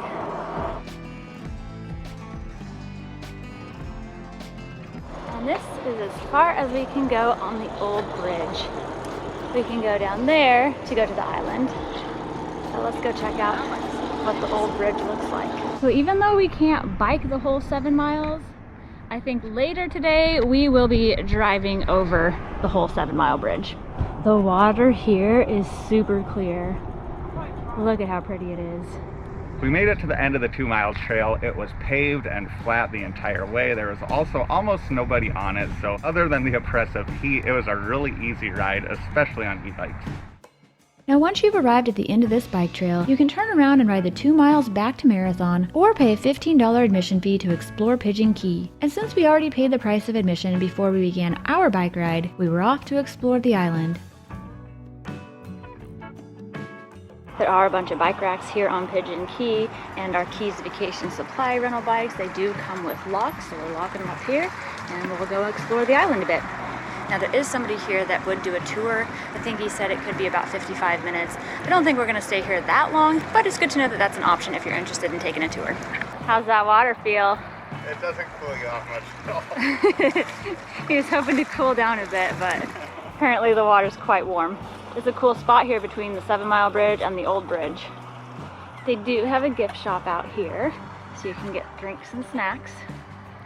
I've yet to see a pigeon on this key though. I've seen a lot of those little finches flying around. I've seen a couple pelicans, 0 pigeons. Skylar is on a hunt for pigeons and he is still striking out. Oh, this is a cute little cottage, the honeymoon cottage. Can you actually rent that, you think? I have no idea. Over here is the paint foreman's house.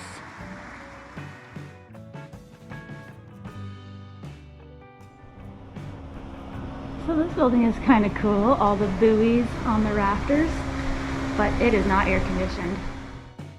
After a brief self-guided tour of Pigeon Key, we were sweaty and ready to find a break from the heat, which led us towards the dock at the north end of the key. So this is the view by their docks out here. This is absolutely gorgeous.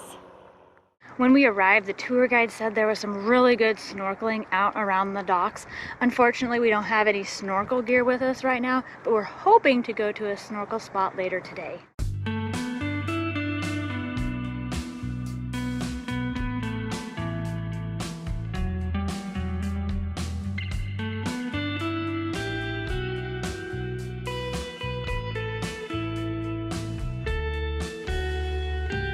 So that's the part of the bridge that we rode over. And then over here, you can see that's as far as we could go. We just saw a giant stingray. We've already seen some alligator gar and other small fish. I am hot and this water looks great, so I'm going in for a swim.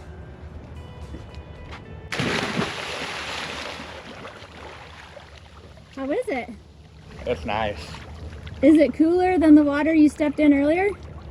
It's a little cooler, yeah. Yeah? Yeah. So at least a little refreshing? It's refreshing, yeah. Nice. Are you coming in? I think I'm gonna wait to get in the water till later this afternoon. All right, you convinced me. I'm just gonna walk down this ladder here and dip in quick. Is that all the further you're going in? I'm not ready to get my hair wet. You're afraid of those crocodiles, I think. Stop it. That was a nice way to cool down. Time to bike back. After cooling off in the water, we were ready to bike back, but we ran into the tour guide out here who said he's gonna be feeding some tarpon and sharks in a little bit, so we're gonna watch that and then we'll bike back to Marathon.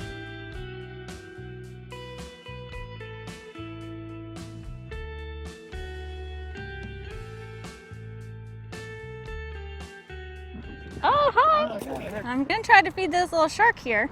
Ready? Yeah. There's one coming for you, Skylar. Oh, see the grouper below him there? Oh yeah, that's a big Do you know grouper. what kind it is? That's a Goliath. Goliath grouper, okay. Oh wow! They had to run for that one. After spending time out here on Pigeon Key, we would highly recommend making the trip, especially if you're not a boat person, because it is the easiest way to be surrounded by this gorgeous water without having to take a boat ride.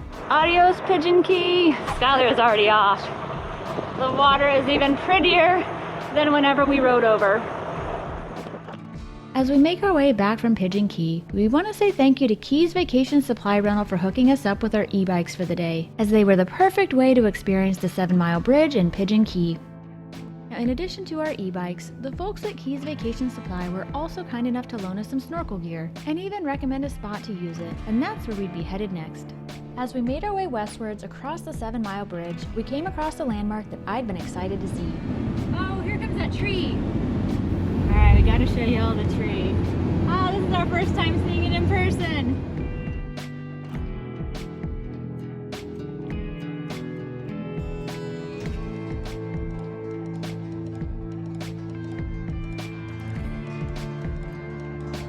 Now the Florida Keys definitely aren't known for their gorgeous beaches, but they do have one that does occasionally show up on Florida's top beaches list. We are going to be taking you to that beach. It's actually just on the other side of the 7 Mile Bridge from Marathon. But first we're taking you to a beach called Horseshoe Beach.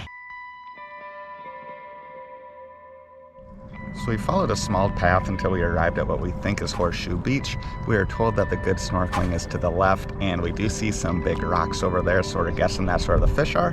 Hopefully we'll find some of them. Skylar is out there snorkeling. He's waving at me to come in. I'm about to join him.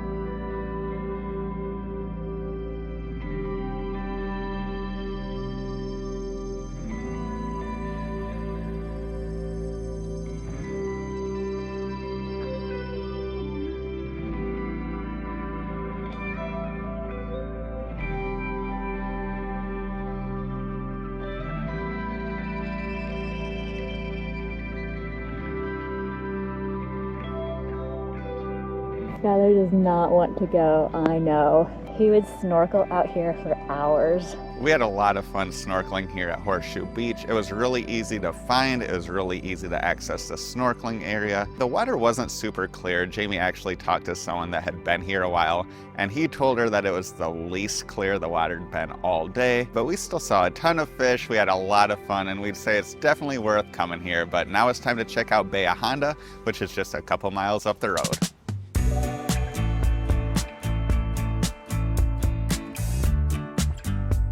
We're now on our way to Bay of Honda State Park. We think there are 3 different beaches there, but we're only going to have time to go to one. So we're going to go to the one that's most popular and known to be most beautiful, which is Sandspur.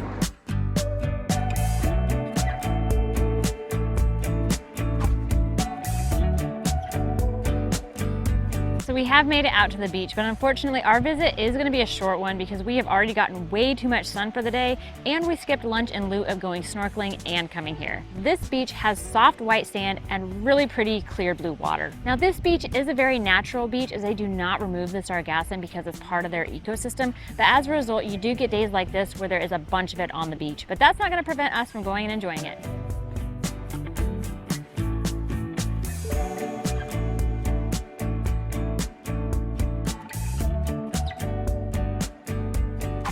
After leaving the state park, it was finally time to grab some dinner, and we were starving since we had skipped lunch earlier in the day.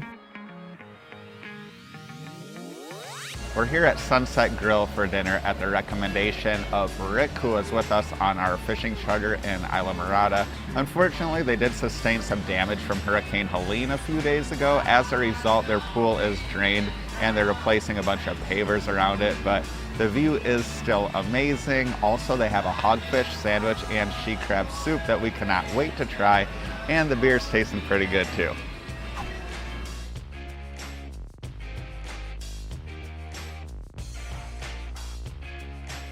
As you can see, this hogfish sandwich is massive. I can't even close it, so I'm not going to be able to eat it like a normal sandwich. So everything about this sandwich is unique. I've never had a fish sandwich on Cuban bread before. I've never had a fish sandwich with a bunch of melted smoked Gouda or onions and mushrooms on it, but it all goes together so good.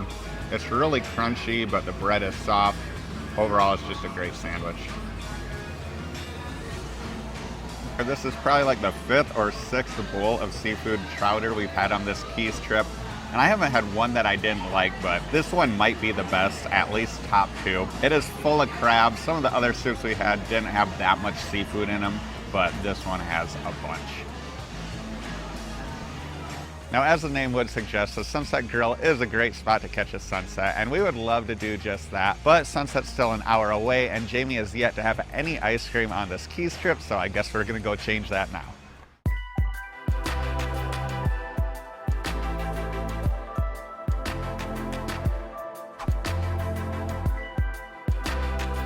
We made it to Cont Custard for my ice cream fix. Their ice cream is homemade. Skylar and I decided to share a large bowl. I chose confetti cake and he chose lemon poppy seed. This was the first time we had ever seen a lemon poppy seed ice cream. Now I can already tell you both of these are delicious and they're actually really good mixed together as well. Now that we've shown you all around the upper and middle Keys, it's time to make our way down to the lower Keys. Now this stretch of the lower Florida Keys is an absolute dream for nature lovers, and they are often referred to as the natural Keys, but they offer so much more, including incredible waterfront resorts, delicious fresh seafood, and that old Florida feel that you can only find in the Keys. And I cannot think of a better way to start off this Florida Keys adventure than at a waterfront tiki bar. So we'll see you at Kiki's.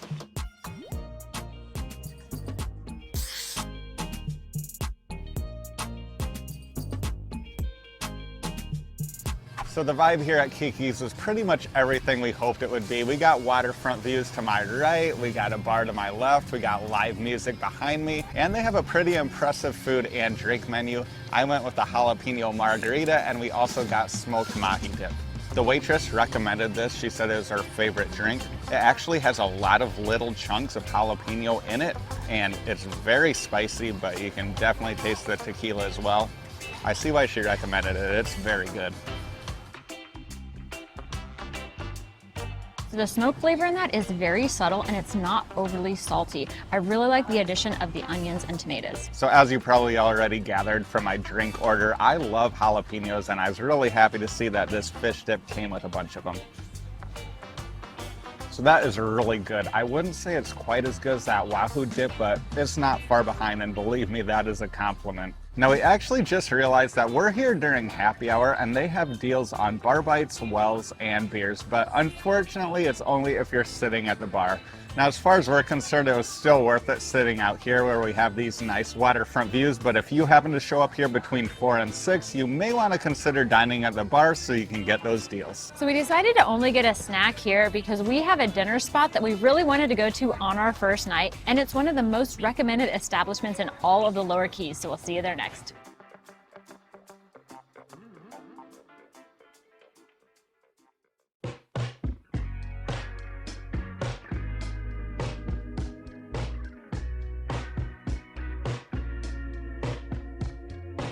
Our second stop here in the lower Keys takes us 1 key over from Little Torch Key to Big Pine Key, and it's here that you'll find the No Name Pub. Now this place has a pretty interesting history dating all the way back to the 1930s. It started off as a general store and briefly even had a brothel in it. Now it's just a bar and grill, but it's the oldest bar on the entire island. It's definitely not your typical bar though, and we'll show you what we're talking about when we get inside.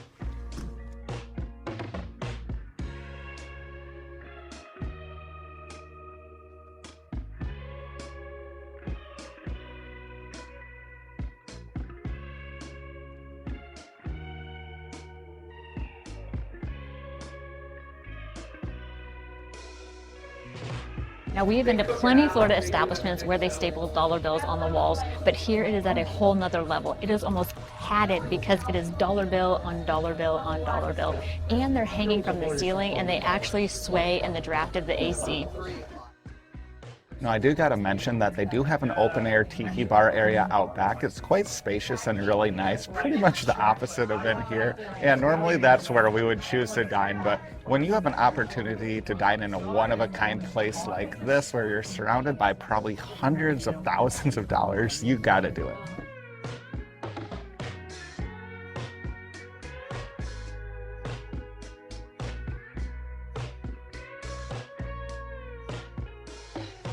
Now, we know the famous One Bite Pizza review guy raved about the atmosphere here, but didn't really love the pizza. But there are a lot of reviews online of people that really do enjoy this pizza, so we had to give it a try.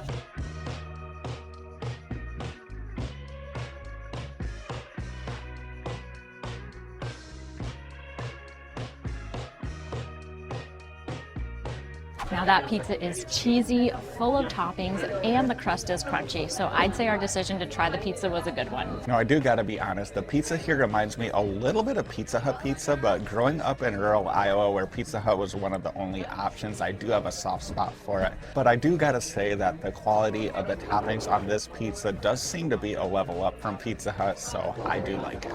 We just finished up our dinner at the No Name Pub, and that place is a 100% old Florida dive bar, and we absolutely loved it.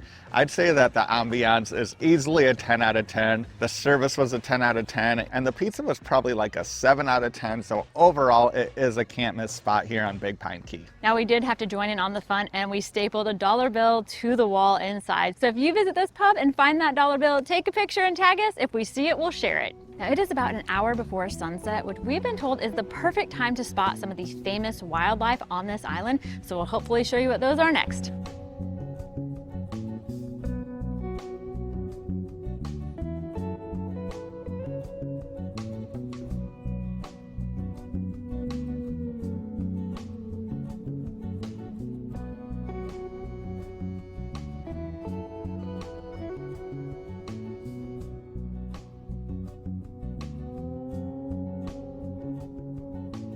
So we've made it to the trail to the Blue Hole, which is the site of an abandoned rock quarry. We learned that in this area, the rainwater collects and sits on top of the salt water. And because freshwater can be hard to find in the Keys, it attracts a variety of local wildlife, including alligators and key deer. So we're gonna go down this trail and see what we can find. So we were really hoping to see some key deer on the way to the Blue Hole, but that walk ended up being so short, it was like a minute tops. So we didn't see any deer, but we still haven't been disappointed by the Blue Hole at all, because right off of this platform, we did spot an alligator.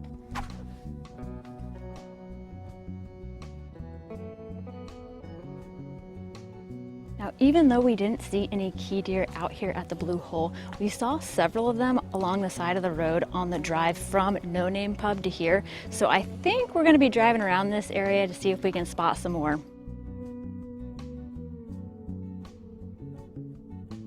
So we ended up driving up Key Deer Boulevard as far as we could until we hit this dead end. There are a couple of trails up here, but it's starting to get buggy out. I don't think we're gonna take them because we saw even more deer on the way up here. We saw a mom and a baby deer. Hi, you guys are so cute. Then once we got up here to the dead end, we saw another deer. Now, these deer do not seem to be afraid of humans at all. I'm guessing a lot of people do feed them. Now, you see signs all over the place telling people not to feed them. It's not good for them. They have plenty of food out here in nature. They do not need your food. And if you do it, you can get fined up to $500. So I would not recommend doing it. So Skylar left the car to get some shots over there, and the deer actually started to follow him. Oh my gosh. So I just got out of the car and kind of sat down here in the pavement just to see what this deer would do. It seems to be really curious about me. I'm guessing a lot of people do feed him, which is why it seems to be so friendly. It's just trying to figure out if I'm going to give it any food or not. Nope, gonna have to go eat grass in the woods, sorry. Now these deer do look like miniature versions of the deer that we grew up with in the Midwest.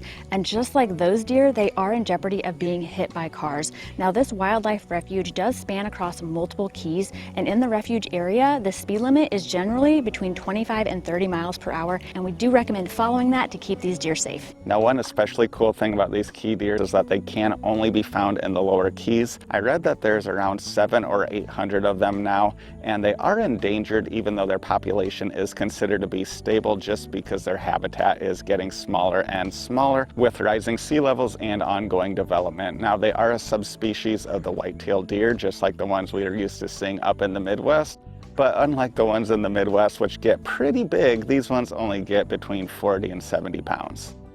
All right, guys, so we are back in our vehicle because although sunset may be the best time to spot key deer here on Big Pine Key, it also appears to be the best time to absolutely get eaten alive by bugs. So we'd highly recommend bringing your bug spray if you go searching for key deer at sunset here. Now, we are absolutely exhausted and we have a huge day planned for tomorrow, so we're gonna head back to the resort that we're staying at and we'll meet up with you there in the morning. Now I think this drive back to the resort is going to be a long one because we keep spotting key deer and I just have to slow down to see them because they are just too cute.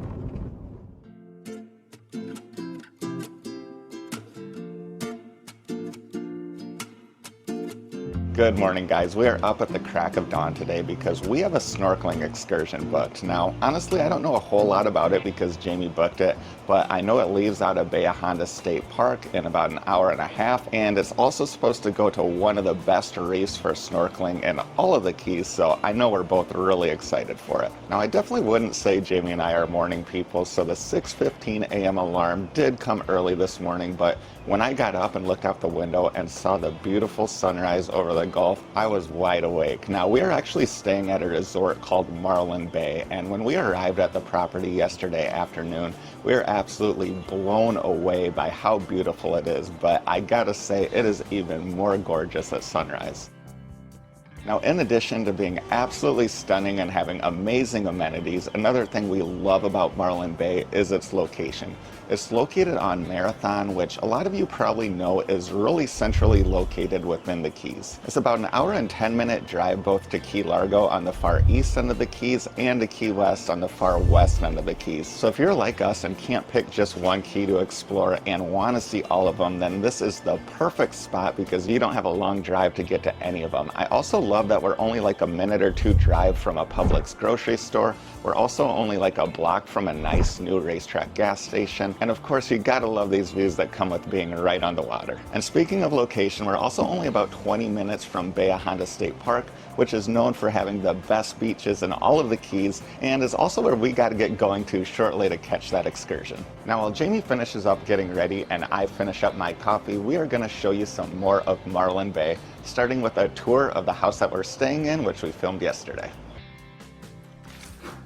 Welcome to our luxury home for the next week here in the Keys. This is a 3-bed, 3-bath, 3-level unit at Marlin Bay Resort and Marina. As soon as you step inside, the first things you'll see are 2 doors. The one to your right goes to your private 2-car garage, and the one straight ahead leads to your elevator. You heard me right, this unit has its very own private elevator. Next to that is a staircase leading up to the main living area, but first we're gonna show you the bedroom on the ground floor. In this bedroom, you'll find a king-size bed with nightstands and lamps on either side, an alarm clock with charging ports, a dresser, and a really good-sized walk-in closet and bathroom. This bathroom has plenty of counter space and storage, and a walk-in shower with a lot of natural light. Now, our favorite feature of this room is definitely this outdoor terrace because it is only steps away from the tiki bar, the hot tub, and the pool. And we're gonna show you all 3 of those a little bit later, but first we're heading up to the main level.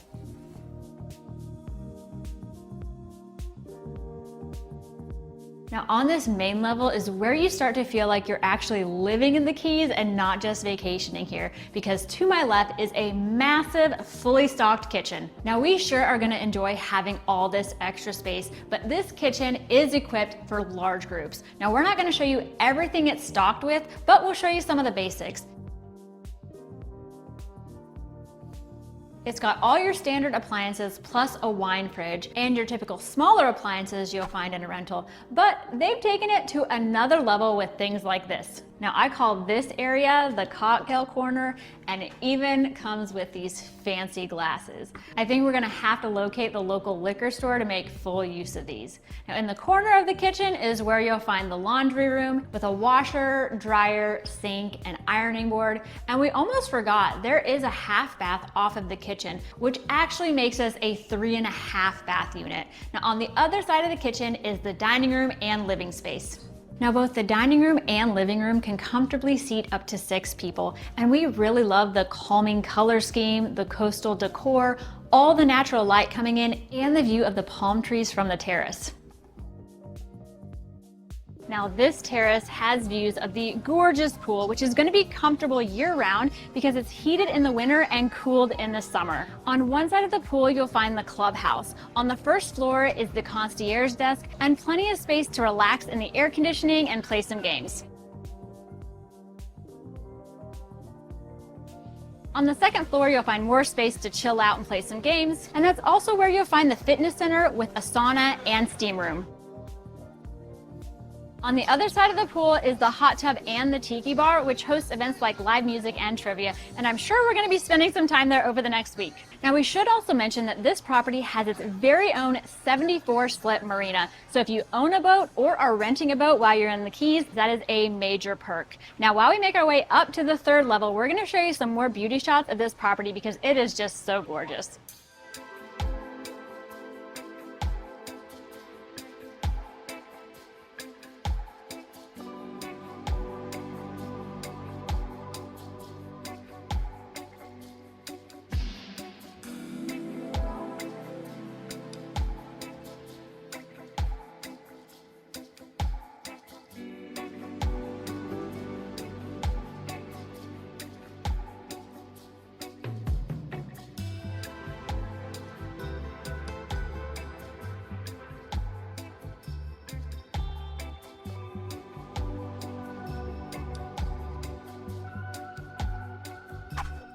While the gorgeous and relaxing pool was our favorite amenity at Marlin Bay, the Tiki Bar was a close second. We found it to offer fantastic service, great views, and an impressive selection of beers, wines, and cocktails. Now, we would have needed at least another week to try all the drinks at Latitudes, but we did get to try a few, and Skylar's favorite was the painkiller, while mine was a strawberry lemonade. A few of the other amenities that can be found here at Marlin Bay include gas grills and outdoor dining areas throughout the resort, free bike, kayak, and paddleboard rentals, and a boater's lounge and shop.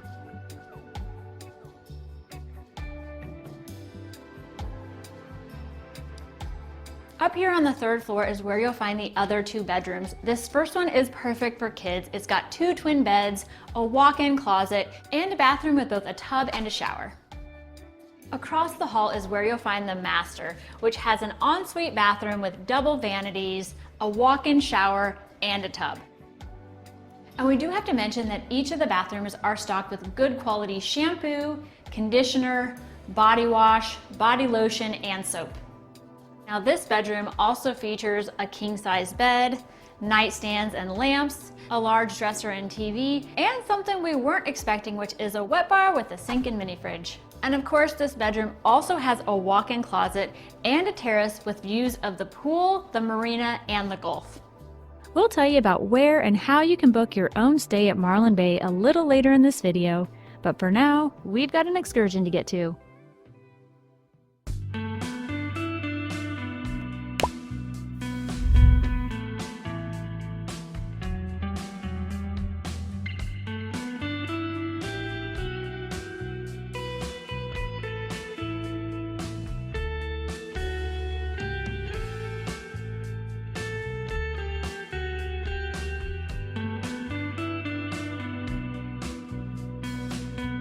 So we are starting off at Bahia Honda State Park this morning because that is where our snorkeling excursion leaves from. The company that runs the concession stand not only offers food and a gift shop, but they do snorkeling tours. Now we're thinking we're going to be going out on that boat in a little bit. The ride is about 35 minutes to the reef, and I think we get a snorkel for around an hour and a half. Now on this excursion, you can use your own snorkel gear or you can rent from the concession stand. We had our own goggles and snorkels, but we are renting fins for $5 per pair. Now, while we've been waiting for this charter to start, we have had a little bit of time to do some more research on the reef that we're heading to. It's known as the Key Reef. It's about 9 miles offshore from Bahia Honda, and it's located within a 7 square mile marine sanctuary. Looks like it's time to get on this boat.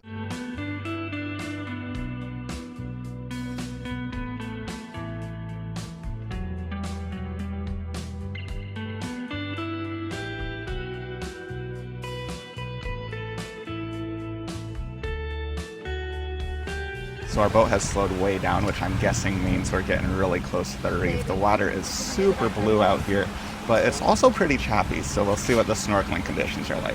We're gonna get our flippers and our snorkel gear on and we'll see you in the water.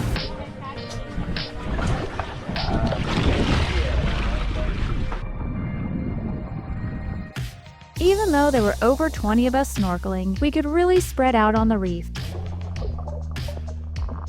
I preferred to float on the surface and view the reef from above, while Skylar preferred to dive down to get a closer look. And because of that, he was able to capture a ton of colorful fish and coral on camera.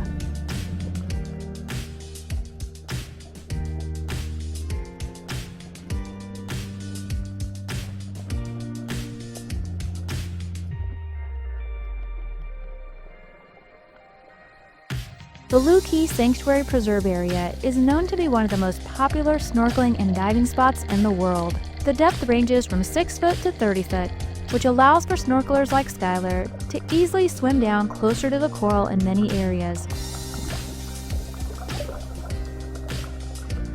The sanctuary is home to over 150 species of fish, as well as a variety of coral. Some of the fish you can find here include parrotfish, grunts, angelfish, jacks, and butterfly fish. Skylar was able to follow some barracudas for a while, and some other snorkelers in our group even spotted a couple of sharks.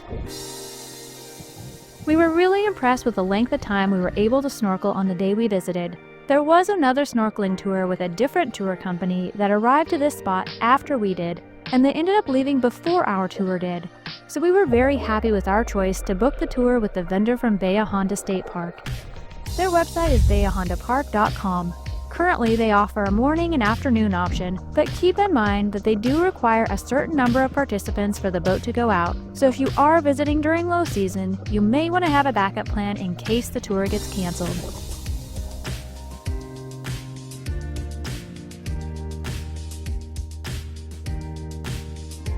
So we just got done snorkeling, and out here on this reef we saw such a variety of coral, way more than whenever we went snoobing in Key Largo, but in Key Largo we did see more fish. Overall, this was a great experience. The time you get to spend out here on the reef is totally worth the price. I think for an adult it's around $50 if you bring your own snorkel gear. Now today the water was a little rough. It was really wavy, so it probably wasn't as clear as it can be, but still we had a great time. Now we've got about a 35-minute boat ride back, and then we're going to take you to the beach.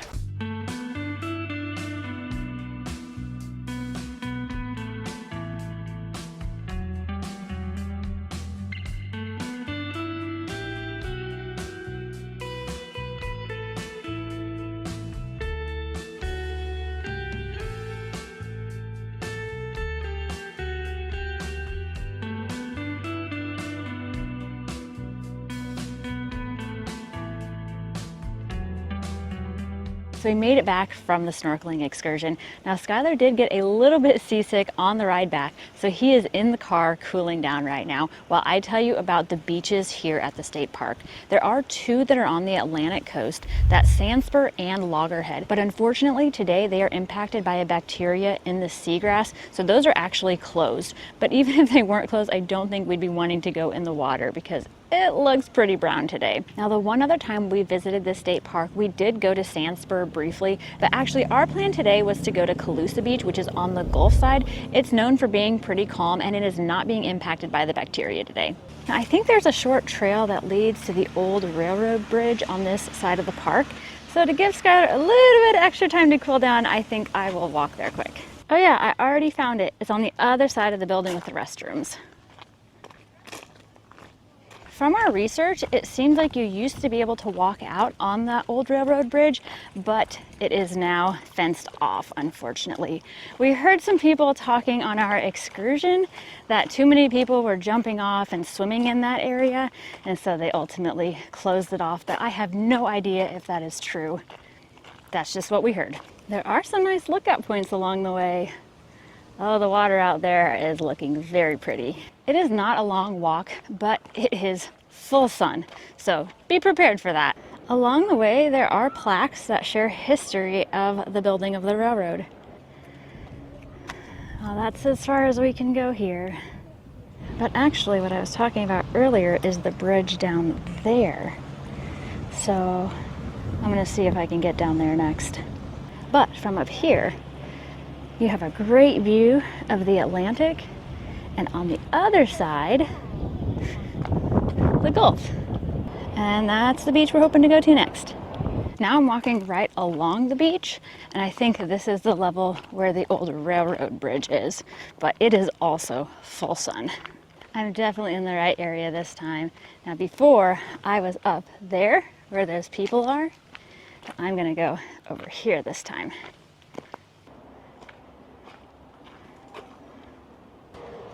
All right, here's the old railroad bridge, I think.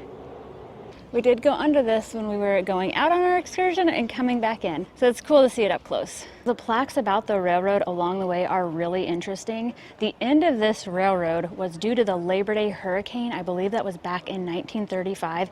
It took several miles of the track and they weren't able to rebuild, so the state ended up purchasing it and using it for the base of the overseas highway. If you do make it down all this way, I would recommend spending a little bit of time at this picnic table here, because look at that view. I'm heading back to the car. Hopefully Skylar has cooled down and we can go to the beach. Now that we've both had some time to cool down in the AC and my nausea is mostly gone, we decided to venture over to Calusa Beach, which was just a short walk. It is one of the more popular beaches in the Keys, and we see why. It has really great views of both the 7 Mile Bridge and the old railroad bridge that Jamie took you to earlier. I'm in the seagrass and it feels weird. Get out of the seagrass. We're visiting this beach on a Friday afternoon in June. We found this beach to be quite small and it is quite busy today, but we don't know how much of that is because the Atlantic side beaches are closed. But even though there are a lot of people out here, we were able to find space pretty easily. The sand on the beach is a whitish tan color and it is a little coarse but still soft. When you get into the water, there are areas where the sand is pretty soft, but there still are rocks. I wouldn't say you need water shoes, but you do have to be careful. Now this beach is pretty nice and the water feels great, so normally we would stick around a while longer, but we haven't eaten hardly anything today, so we are both starving. We actually have a happy hour spot planned as well as a dinner spot, so we're definitely going to be getting some great food. Now if the sunset is looking like it's going to be a good one after that, we may just come back to this park to enjoy a sunset on the beach.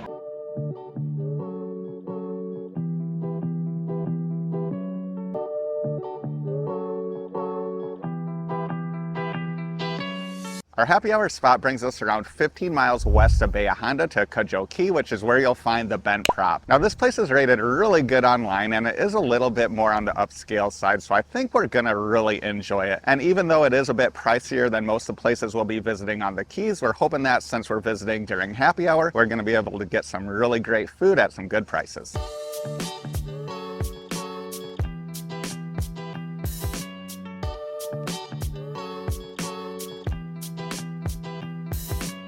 So the Bent Prop has a dining room, bar, and patio. Now the patio is on the water, so of course we had to come sit out here. For drinks, I went with the Sailor's Delight mocktail, and Skylar got the Goombay Smash, and they both look incredible.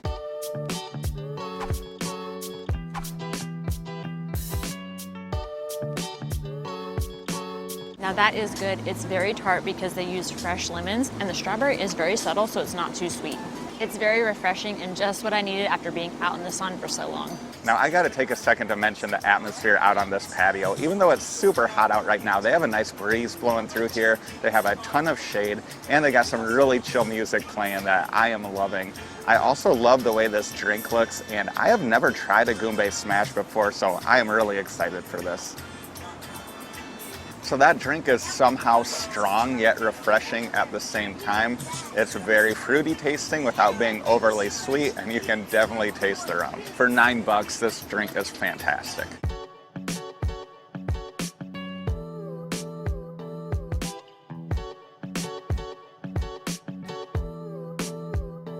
So I really wanted to try the coconut crusted grouper cheeks. They are coconut and rum breaded with a fruit salad on top and a passion fruit Thai chili sauce.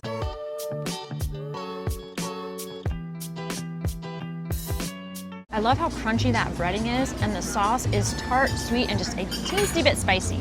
Now, I am a huge calamari fan, and this is definitely some of the better looking calamari I've ever ordered. Hopefully it's some of the better tasting calamari too. So that is excellent. The squid is tender. The batter is thin but really crispy. It's not overly salty, but you can still really taste the seasoning.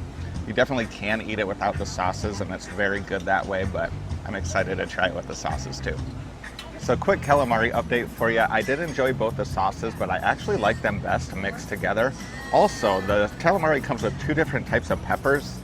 These jalapenos aren't too bad, but I would not recommend eating these red ones unless you have a very high heat tolerance. I have a pretty high heat tolerance, but I tried one of these and I think I almost died. Our happy hour at the Bent Prop was a success. We could have hung out at that patio much longer, but we do have another spot identified for dinner. Now, from our research, we think it's also going to be laid back like the Bent Prop, but with a whole different vibe. Now, that is on a different key, but it's only a 3-minute drive away, so we'll see you there next. We've made it to Mangrove Mama's, our dinner spot here on Sugarloaf Key. Now, we learned that the buildings on this property actually date all the way back to the early 1900s and even survived the Labor Day hurricane of 1935, which wiped out pretty much everything else in this area, including the railroad. Now, we know this place is an old Florida landmark and is going to have a really cool old Florida atmosphere, so there was no way we were going to pass this place by.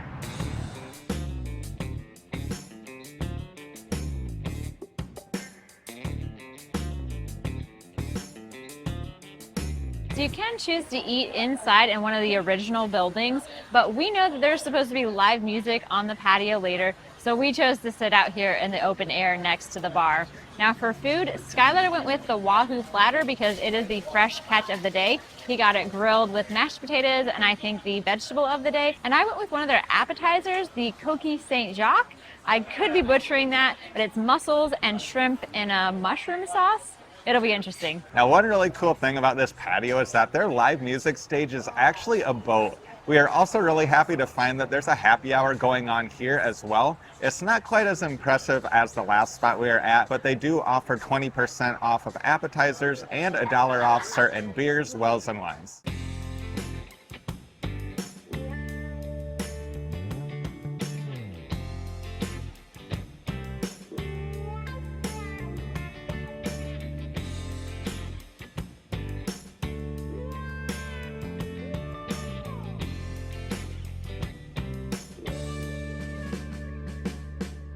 So that sauce is super creamy. The scallop that I tried was really tender.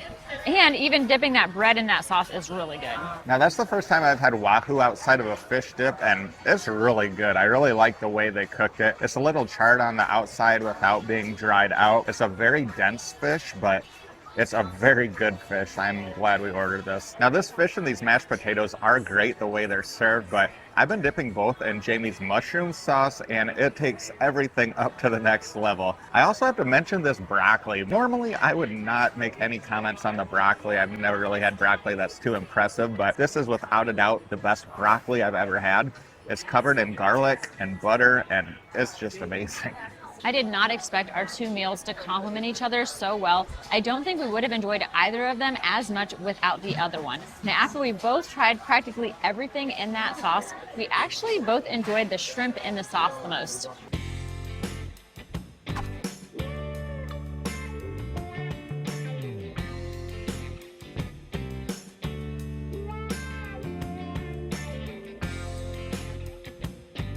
So after eating a good amount of food at 2 different places, we are stuffed, but that doesn't matter because this place is known for having great key lime pie. Some people even say it's the best key lime pie in all of the Keys, so there's no way we are not going to try a piece.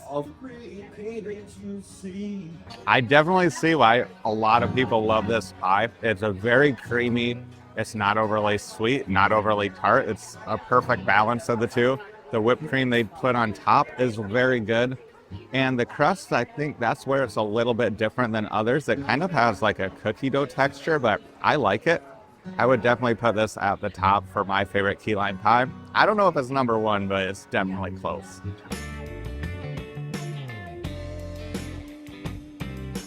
I think it's safe to say Jamie agrees.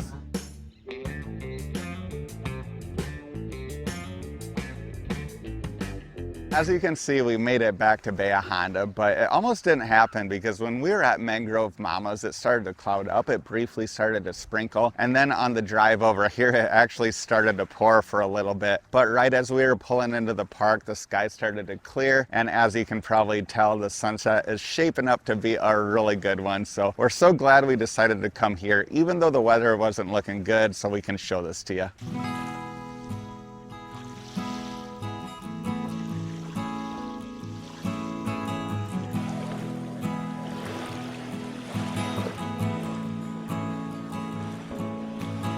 Now this is the perfect way to end another day in the Lower Keys. We're gonna show you a few more shots and then we'll meet back up with you in the morning.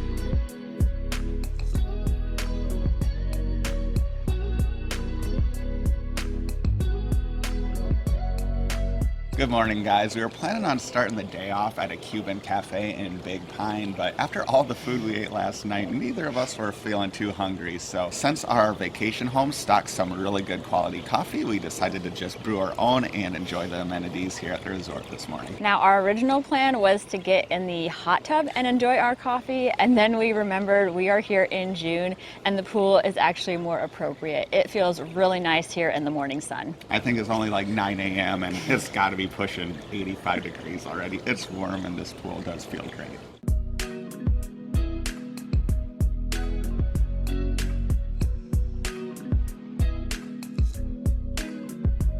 It's safe to say we made the right decision this morning. We have been loving having this entire pool all to ourselves. We've been watching the ducks and the lizards walk around. This place definitely has jungle vibes to it. The landscaping is great and it really feels like the animals are in their natural habitat. It's a perfect way to start off the day. We do have to thank the folks here at Marlin Bay for hosting us while we explore the Florida Keys. We would absolutely recommend this place for a relaxed, luxury getaway that has the perfect central location to experience all of the Florida Keys. To book with them, you can visit marlinbay.com or scan the QR code on the screen. Now, I think we're going to enjoy this pool just a little bit longer before we have to get ready for a really unique tour. We've made it to our first stop of the day, which is Grimmel Grove on Big Pine Key. This property is home to a variety of rare fruits and plants. We're going to be taking a tour of it, and I'm pretty sure this is going to be unlike any tour we've ever been on before. Now the history of this property is actually way more interesting than I anticipated it to be. The original owner had to dig out the limestone to be able to plant some of these trees so their roots could grow. He also traveled all around the world to get some of these trees. And even the current owner has traveled to several countries to obtain some of these trees. So that's the bay rum leaf. They make cologne with it. This big tree is a lychee tree, and we learned that the original owner of this farm actually smuggled a graft of this tree out of China. They got a really cool butterfly garden under this lychee tree, and it is just full of butterflies. We learned that these ones that look like monarchs are actually queen butterflies. So the leaves of this one type of breadfruit are like Velcro. This is a gummy tree, and the long fruit there actually tastes like gummy worms.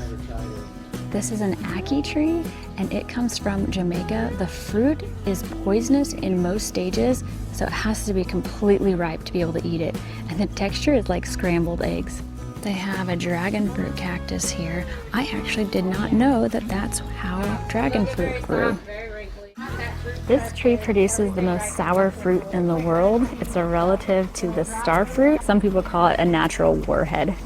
This mango tree averages 500 mangoes a year, but on a good year it can produce up to 1,000. This is a velvet apple. It's native of the Philippines, tastes like a pineapple, texture of banana, and smells like stinky cheese. This is a red button ginger. We saw them in Costa Rica and they use them to make shampoo, but you can also eat the flowers. Oh, I like that. How's it taste? Sour. It's sour. Oh, okay.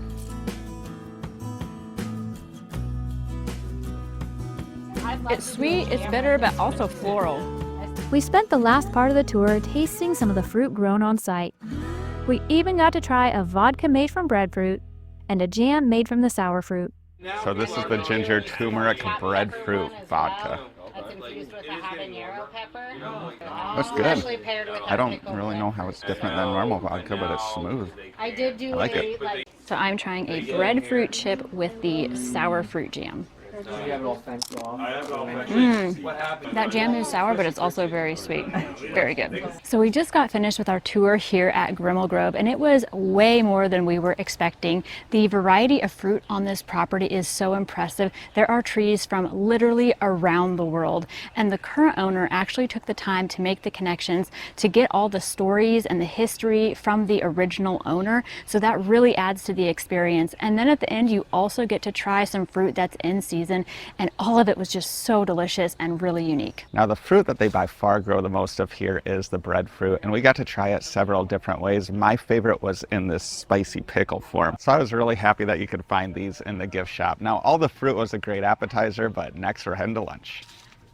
So we are leaving Grimmel Grove, and Skylar spotted 2 key deer that are hanging out in the shade. There's a mama and a baby. The baby decided it wanted to come out and say hi. Oh, this one's coming all the way across the road to me.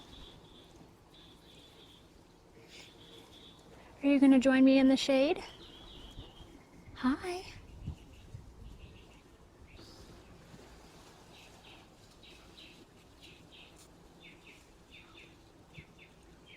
This baby deer walked right by me in this parking lot and right over to Jamie on the other side of the road. Maybe I should have been hanging out in the shade.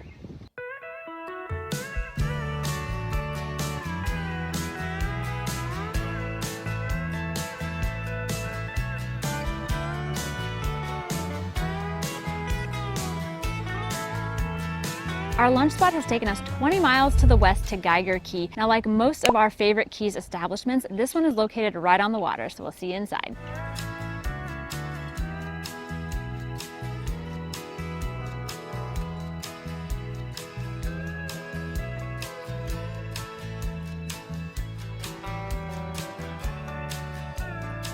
Now, we are used to seeing a lot of alligator caution signs where we live in Florida, but we are not used to seeing crocodile caution signs. If Jamie sees this sign, I'm not sure we're going to get her out in the water on a kayak, so I'll have to try to keep her out of this area.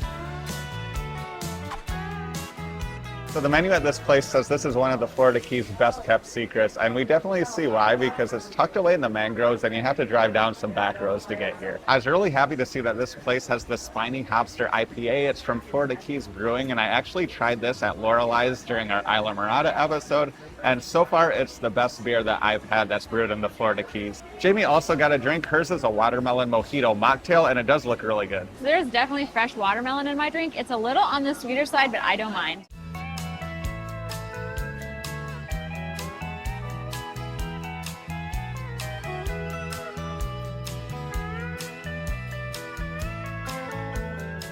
I went with the Hogfish Sliders Blackened because the last time we had hogfish, it was at the Sunset Grill in Marathon, and that was one of the best fish sandwiches we've ever had. So that hogfish is dense, and I really like the blackened seasoning. And this bun is really soft. Overall, it's great. Now these fries are thin, crispy, and lightly seasoned. So I had to try Jamie's hogfish slider first to see how it compared to the hogfish we had in Marathon. And honestly, there's no comparison because this is just completely different. I think that sandwich, the hogfish was fried and it was covered in onions and mushrooms. This one is blackened, but the fish is super juicy. It's very well seasoned. It's a simple sandwich, but man, you can really taste the hogfish. You can taste it a lot more than in that other sandwich. They're both absolutely amazing, but in completely different ways. So for my meal, I decided to try to keep it on the healthier side today. They have a yellowtail as one of their fresh catches, so I got it on a salad. It's a spinach salad with blue cheese and a pineapple mango salsa. Wow. They really know how to cook fish here. That fish goes really well with the blue cheese, and the sweetness of this dressing is a great way to round it out. That's a great salad. Now, I should mention this salad normally comes with goat cheese, but I wanted to be able to share it with Jamie, and I also wanted some of Jamie's sliders. And Jamie doesn't really love goat cheese, so we subbed it out with blue cheese, and that's really good too. Now, I normally say this about things like scallops, but this fish is almost melt in your mouth. This fresh catch is cooked perfectly, in my opinion, and that mango pineapple salsa is really, really good. Oh my gosh. Now, I know I might be starting to sound like a broken record because we've had pretty much nothing but good things to say about the food on this trip in the Keys, but I feel like those of you who have been here will understand that it's hard to find a bad meal in the Keys. That being said, there are still levels to the food in the Keys, and this place is on another one. We both agreed that this is the first spot we visited where we'll remember the food over the atmosphere. Don't get me wrong, the atmosphere here is great, but it's the food that will definitely keep us coming back, and we couldn't be any happier to recommend this place to all of you. Another thing that stood out about this place is that it has an on-site paddle hut. Now, you can rent paddlecraft at so many different places around the Keys, but this place had really good reviews, and the waters around here are known to be especially beautiful, so we're gonna go see for ourselves.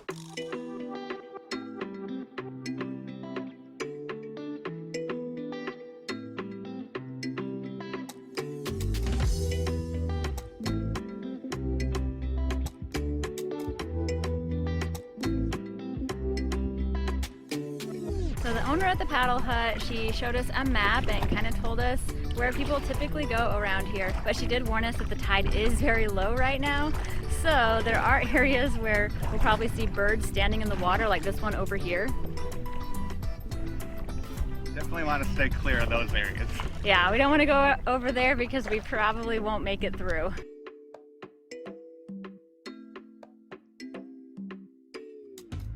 So first impressions, the water here is so clear. We're right above the seagrass, so it is really shallow. Now, we definitely didn't realize how windy it was today until we got out on the open water. It's pretty breezy, but the good news is that we're paddling into the wind right now. So when we're coming back to return the kayaks, we should have a nice tailwind. So we paddled across what I think you would call a channel. We made it to the other side, and now the wind's died down, and we're trying to find a mangrove tunnel that we can enter. Supposedly there's a few over here, and I think we found a pretty good one, so we'll see how far we can go in this thing and where it shoots us out at. Oh, the water in here, like it has a greenish tint, but it's really, really clear. I'm already seeing fish.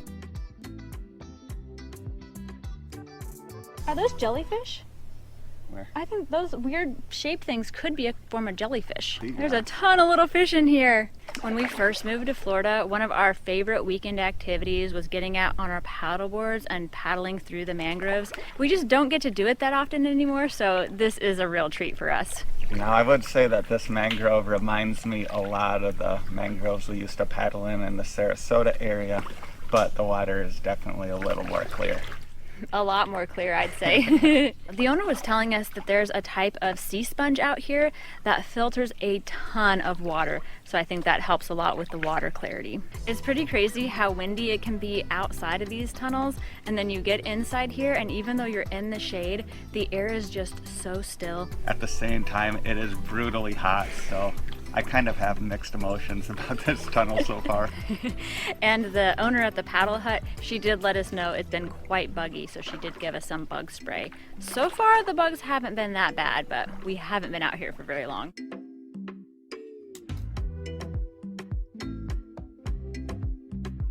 So we got back out in the open water and we got this headwind blowing in our face again, but I don't even care if it's making paddling harder because at least it's cooling us down. So the lady who rented us these kayaks did say that there's areas up here where you can often see sea turtles and sometimes baby sharks. At the very least, we're hoping to find an area that has a bunch of fish so we can use the fish food we bought. We don't know exactly how to get to those areas, but we're gonna do our best.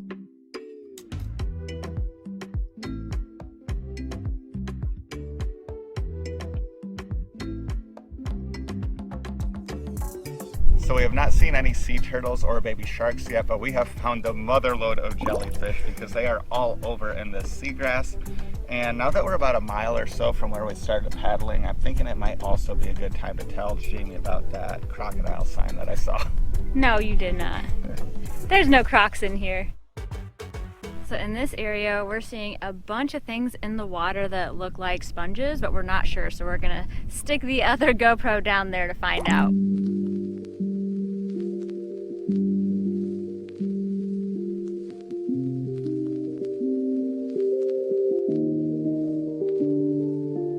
We forgot to pack our goggles today, and also it's just really shallow here, so I don't think we'd want to get out of the kayak anyway.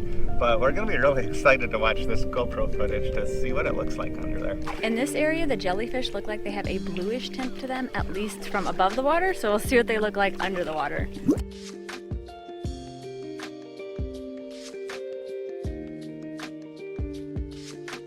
So we started to get really hot in the mangroves, so we came back out to this open area where there's a breeze. Just sitting on the kayak now with our feet in the water, cooling down a little bit. We have not yet seen any turtles or sharks, but we've seen more jellyfish than we've seen in the rest of our lives combined easily, so I think it's still a successful trip. Now this place does also offer guided paddle tours, and we were really interested in that because from the reviews it sounds like the guides know where to find a lot of the marine life, but unfortunately those tours didn't really align with our timeline on this trip. Another cool thing about this place is if you're staying in Key West, they will provide transportation to and from Key West if you book one of their guided tours.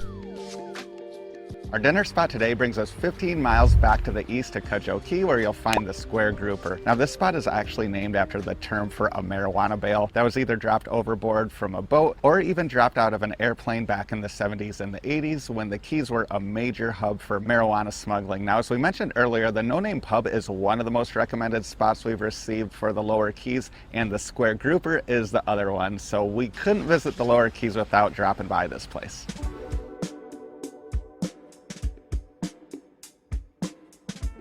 So bad news, there was quite a wait for a table at the Square Grouper, which isn't that surprising knowing how popular this place is, but good news is there were 2 spots open at the bar, so we were able to eat there, but it was quite loud and we hardly had any room for filming, so we're just gonna tell you about the experience now. I went with their Asian salad and added their sesame seared tuna, and that tuna was melt in your mouth. Overall, it was a fantastic salad. And I went with the flash fried conch, which was easily the most tender conch I've ever tried. It was also a little bit crispy and was covered in this delicious ponzu sauce and wasabi. Now honestly, I initially thought the Square Grouper was one of those places that was maybe a little bit gimmicky and more known for its atmosphere than its food quality. But after eating here, I gotta say that the food quality is exceptional, and we absolutely understand why so many people have recommended that we come here. Since we ate at the bar, the service was really quick, so we actually have some extra time before sunset, so we are gonna hit up a dessert spot next.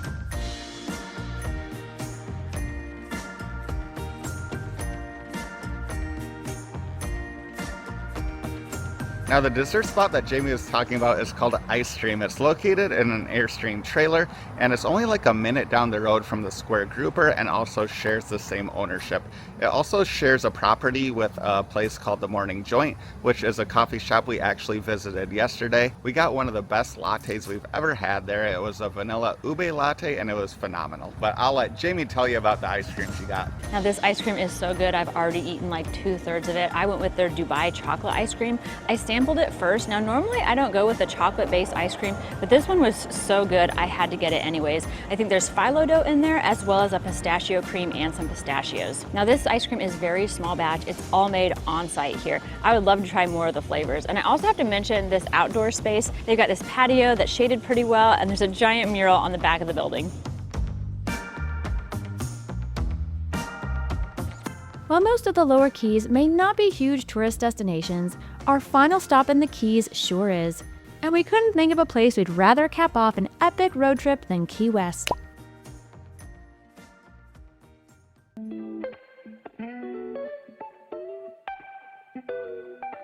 Now this cafe may be small, but it packs in a whole lot of character into this space. Now one thing when we were researching Key West that stood out to me was their pastry display here. Now we are here later in the day, so they are sold out of a lot of their items, but if you go to their Instagram page, you will see their pastries look really impressive. Now we started off with an iced latte with pistachio flavoring and it just arrived. I like that. The coffee flavor is strong and you can really taste the pistachio. We're here around 1 in the afternoon, but we are still in the mood for breakfast. So I ordered the palm breakfast, which is one of their most popular menu items, and Skylar went with the salmon cocotte.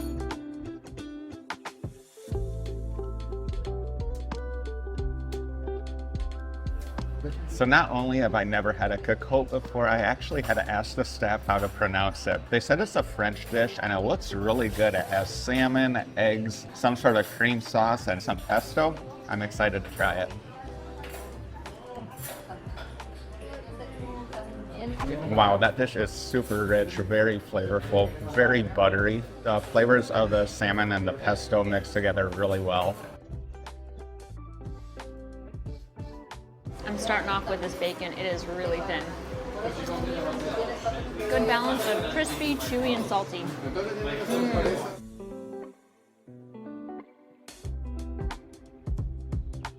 I decided to make an open-faced sandwich with everything basically but the eggs and the potatoes. Oh my gosh, that bread is fantastic. I would eat it with nothing on it. Excellent. Now we had pretty high expectations for Sunny Eggs given its excellent online reviews, and I gotta say it did not disappoint. We loved the atmosphere. It reminded us of a little cafe like the ones that we visited when we were in Spain, and the food was really good as well. We both thought the bread was amazing, and we will definitely be coming back someday to try more of their baked goods.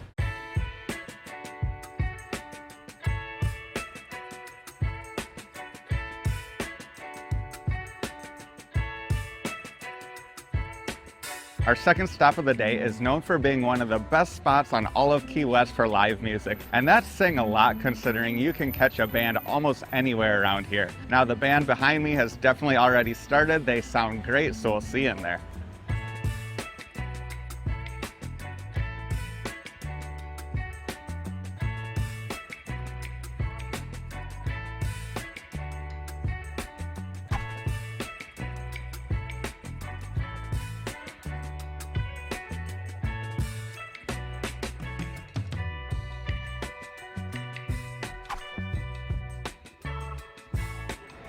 The Green Parrot dates all the way back to 1890 when it was originally constructed as a grocery store. Then during World War II, it transformed into a sailor bar. And then in the 1970s, the sailors moved out and the hippies moved in, and the bar that so many people and chickens have grown to know and love was born. Now this bar is 100% our type of place. It has cheap drinks, a dive bar atmosphere, a ton of history, it's rooster friendly, and it has great music throughout the week. What more could you ask for?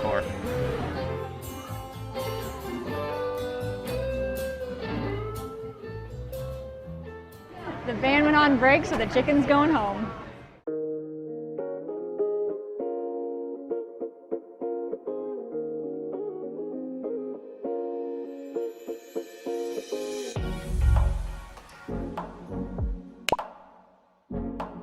Now, if you spend any time in the Keys, then you know that they can be a little bit pricey, but fortunately in Key West, there are happy hours all over the place, many of which run 7 days a week.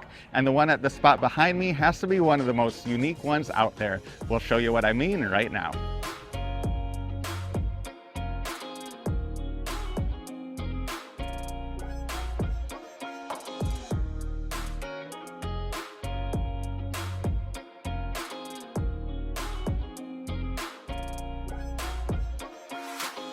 Now here at General Horseplay, if you visit during the week from 3 to 6 or on the weekends from noon to 3, they have a really special happy hour. You get to roll a die for any drink that you purchase under $20. If you roll a 4, 5, or 6, that drink is full price. If you roll a 3, the drink is half price. If you roll a 2, it's $2, and if you roll a 1, it's $1. They have some really unique craft cocktails here. I ordered the Unicorn Heart, and Skylar ordered the Spiced Banana Daiquiri. Next, we'll show you if we had any luck rolling the dice.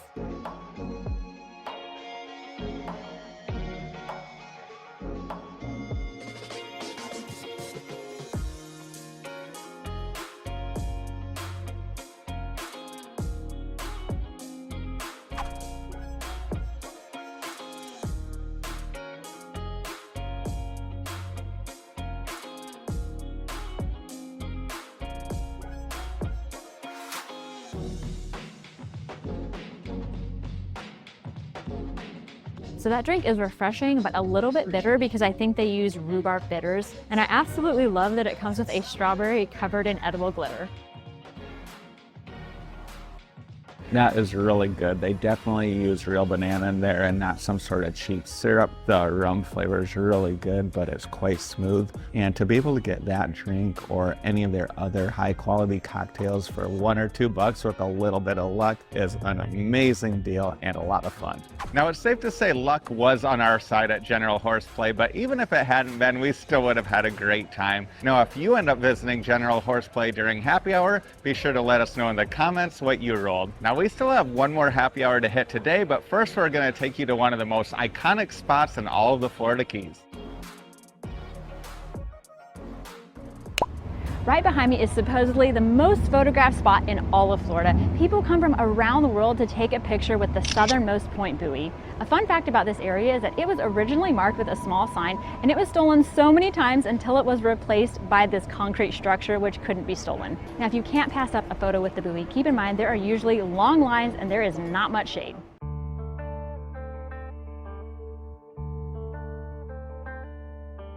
Now our second happy hour spot brings us here to the Alamo, which is actually just a few steps from General Horseplay. We came here for dinner because they have some really good happy hour food specials, but we found they got some great drink specials too. I got this juicy pale ale for $6 and Jamie got an NA Mezcal margarita. Not only do they have some great food and drink specials going on right now, but like so many other spots in Key West, they also have live music.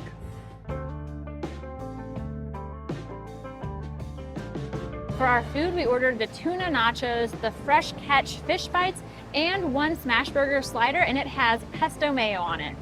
We've been eating so much fish over the last few days in the Keys that I'm actually gonna try this burger first.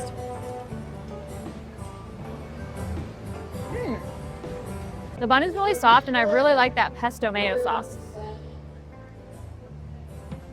At just $9, these tuna nachos are basically like half the price of any other tuna nachos you'll find in the Keys, but they look really good and they come with guacamole.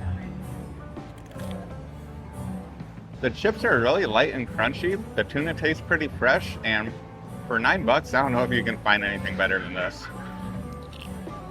Next up is the fresh catch fish bites, which are yellowtail snapper, and honestly when these things came out they kind of looked like kids chicken nuggets. I wasn't super excited about them, but man, they taste so much better than they look. The batter is light but flavorful, and they come with 2 different dipping sauces. I'm really enjoying it in the sweet one.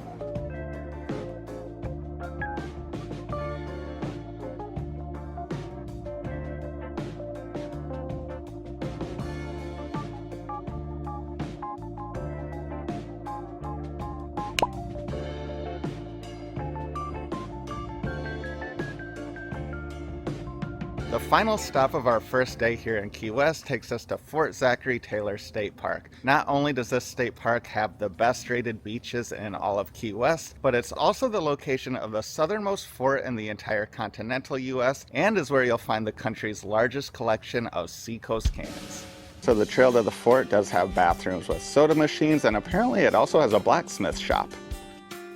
So we made it to the entrance to the fort. It was a nice quick walk, but bad news is it closes at 5, so we're not going to be able to show it to you. But good news is that means we're going to be able to spend that much more time on the beach.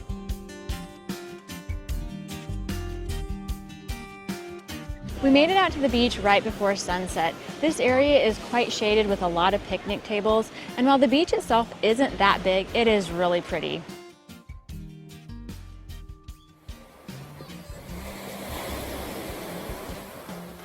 Now, even though the iconic buoy is known as the southernmost point in the continental United States, this beach is actually even further south. Now I gotta admit, while I love the Keys, I haven't been overly impressed with the beaches on them. But this beach is actually pretty nice. The sand's pretty soft, it's pretty clean, and while it isn't nearly as big as some of the beaches back home, it's decent size. Plus it looks like it's gonna be a great spot to catch sunset. About an hour ago, we really weren't expecting much from this sunset because it was pretty cloudy, but it looks like the clouds are clearing out just in time for a good one.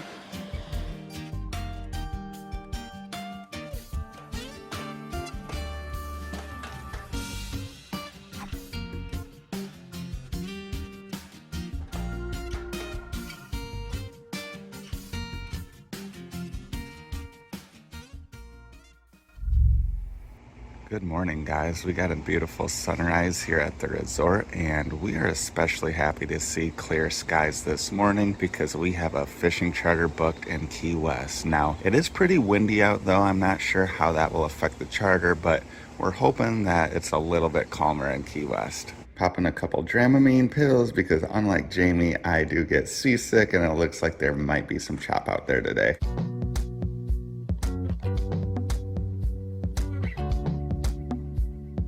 Good morning. We are up a little bit earlier than usual because we are on our way back to Key West to meet up with Captain Edward and go out fishing with Reef Runner Charters. So similar to the last Florida fishing trip we went out on, I think we were both a little bit nervous that this one would be canceled. When we checked the weather last night, today's forecast was looking pretty rainy, but when we woke up this morning, we were happy to see that it looks quite a bit better. Reef Runner has some great reviews on Fishing Booker, and from our research, it looks like they offer a variety of fishing experiences, including inshore, offshore, and reef fishing. Ultimately, I think we're going to talk to the captain to see what's in season, what's biting, and where they're biting before we decide what type of fish we're going for today.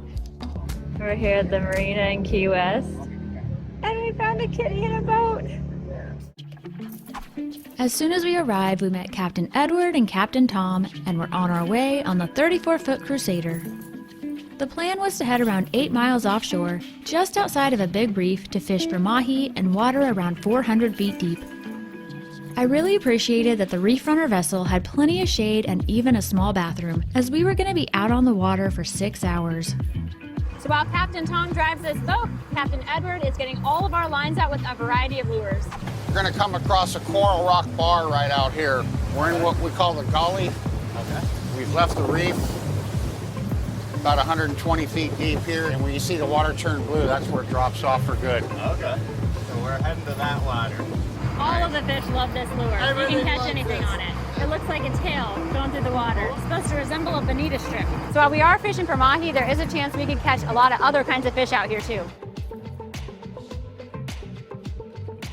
There are definitely some waves out here today. I'm really glad I took that Dramamine right now. So the captain said that mahi actually bite better when there are waves and also when there's a 90-degree wind out of the east. And we have both of those conditions today, so we should be catching some. We ended up going about 9.5 miles out instead of 8, because at 8 miles there's still a lot of seagrass in the water. And out here, 9.5 miles out, we're not seeing nearly as much of it. I learned from the captain that Key West is one of the few spots in the world that can fish 2 major bodies of water. So certain times of the year they tend to go out in the Gulf, and other times of the year they go out in the Atlantic. Today we're out in the Atlantic. If we happen to get into a school of mahi today, which all the rods could go down, we could potentially get 4 or 5 on at one time. Do you hear me say stop reeling? That's because there's a school back there following all the others. If we keep one in the water, we can potentially hook other fish. And then we'll rotate rods and we'll take turns, and we'll work as a team and get in a rhythm, and we'll try to catch every single one of them back there. Or at least everyone that wants to cooperate with us, you know. You can't trust fish, you guys.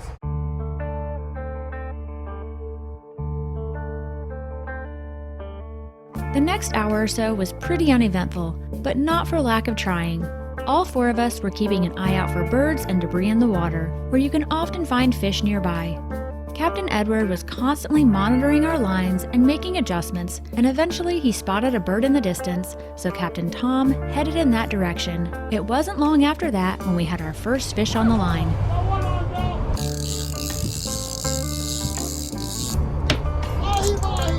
Yes! Pretty fish is going to be a little small. They're going to be about 20 inches or bigger, okay? So Okay. We're going to let her go. Okay. Yeah! Awesome! Good job, you guys. While we kept getting bites, nothing was getting hooked until Captain Edward decided to switch something up. So the captain has been paying attention to how the fish are behaving, and he says they've just been snacking. So he's switching out one of our lines to have a smaller lure and hopefully get their interest. After that adjustment, we had a fish on the line within minutes. Got a barracuda. Wow! First time catching a barracuda. We just passed the NOAA Key West wave buoy, so if you go on their website, that's the buoy that tells you how big the waves are in this area. Another barracuda, a little bit bigger this time. All right! A little bit bigger there. Wow. Oh, I want to stay away from that thing. Oh my gosh. Now you may have noticed that so far I have been the only one reeling in the fish. And that's because Skylar does experience motion sickness and the waves were getting to him. But soon he would have no choice but to jump in and start fishing.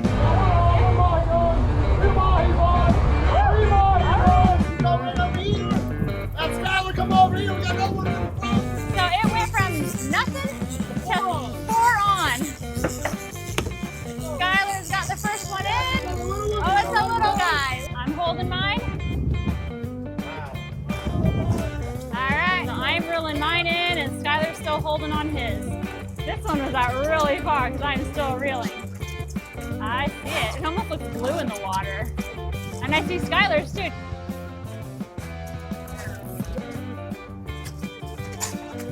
Ooh, there it is, there it is. That one? Okay, that one you're gonna hold with your right hand. Right hand? Oh, okay. Put your legs right here. All right, this one's coming in. All right. Woo!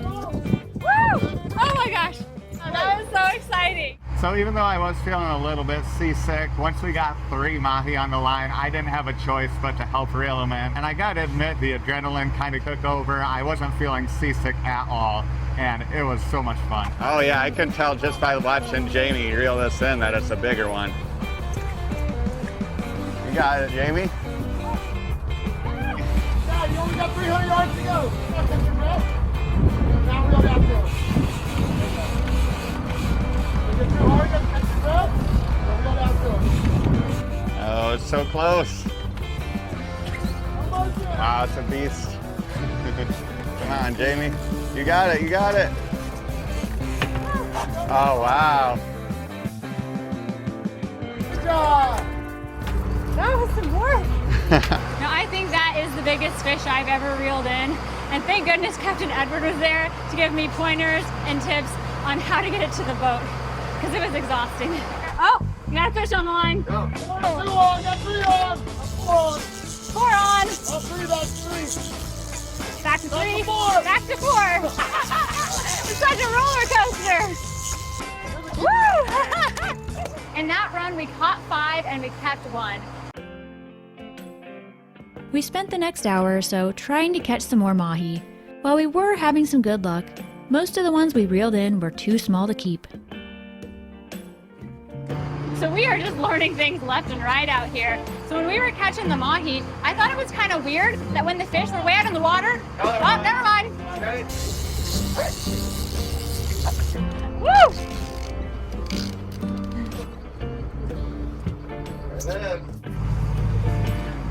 I thought it was kind of weird that whenever we were fishing and I saw the mahi way out in the water, they looked blue, but I thought it was just because of the color of the water. But the captain told us that they do actually change color. Usually by the time you get them in the boat, they're more of a green-yellow color. Paddles up. You're the jumper.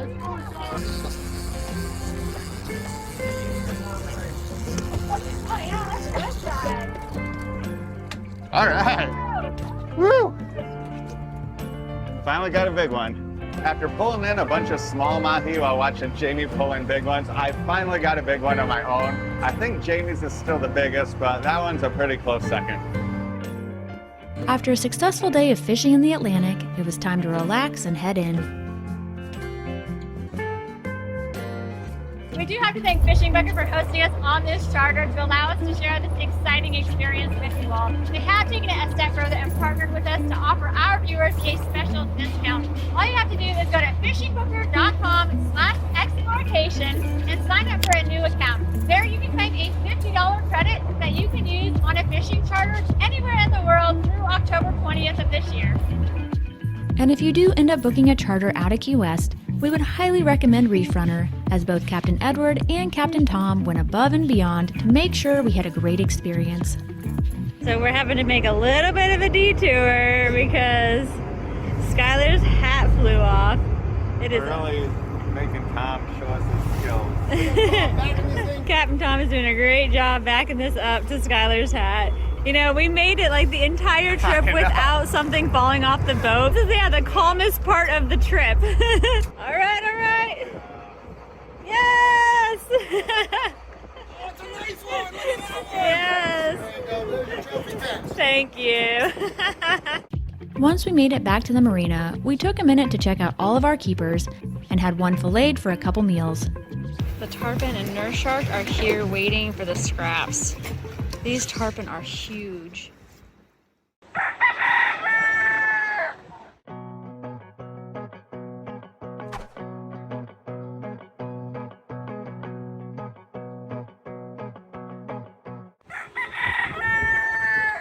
So we're here at Blue Heaven because we got a lot of recommendations for this place. And then when we looked it up online, it said that they would cook your own fresh catch. Now we arrived around 4 o'clock, but the kitchen doesn't open for dinner until 5. But good news is they have a happy hour going on. So we have no problem hanging out in this beautiful courtyard under the shade, drinking half-price drinks and hanging out with the chickens. Apparently we can also hang out with the iguanas here.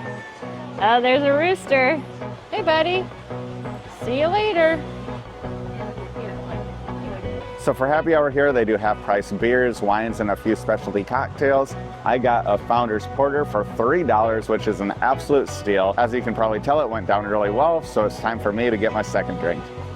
So for drink number 2, I got something called the Cont. It's a cocktail with a couple different types of rum, pineapple juice, and I already forgot what else. Got to mix in that floater. That's really good. It's got a flavor that I don't recognize. There was velvet something in there. I don't know what it is. It is a very good drink. Quite sweet, but I like it.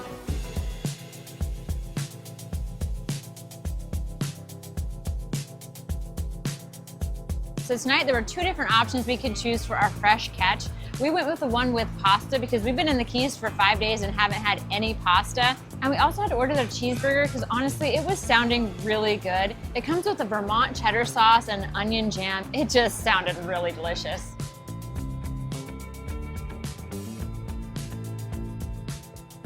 So initially I just tried the fish by itself, and I think both me and Jamie thought by itself it was a little bit bland. Once you try it with the pasta and the sauce, it is amazing. They definitely cook the fish to go with the other 2 things in the entree, and when you eat it all together, it's great. So I think I was expecting the highlight of that burger to be the burger itself because it is made of Wagyu beef, and honestly, I think my favorite part of this burger is the bun and that cheese sauce. Both are amazing. Overall, it's a really solid burger. Now there's actually another reason we came here to Blue Heaven, and that is to try their key lime pie. Because from our research, supposedly the key lime pie they serve here is the closest to the original recipe, which was made all the way back in 1931 right here in Key West. Now just for reference, this is how big this pie is and how tall the meringue is. So I don't know if this is recommended, but I'm gonna try to take a bite all the way down the front. Maybe not recommended, there we go. Okay. One more bite. So that was absolutely not what I expected. We have never had a key lime pie anywhere close to this, I think. So that meringue, it's not super sweet, and it's almost the consistency of angel food cake. It's still really good, still very unique. I would say come here and try it and see what you think about it, but it is not what I expected.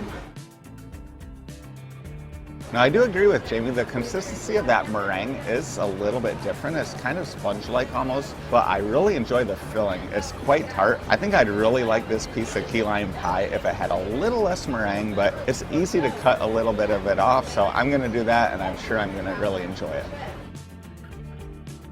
If you're somebody that likes to try unique things, then this is a can't miss stop to come by and try their key lime pie. But if you're somebody that doesn't like to stray from what's become known as the traditional key lime pie, then you might want to skip it. After dinner, we decided to make the drive back to our resort to get a good night's sleep so we could make the most of our last day in Key West.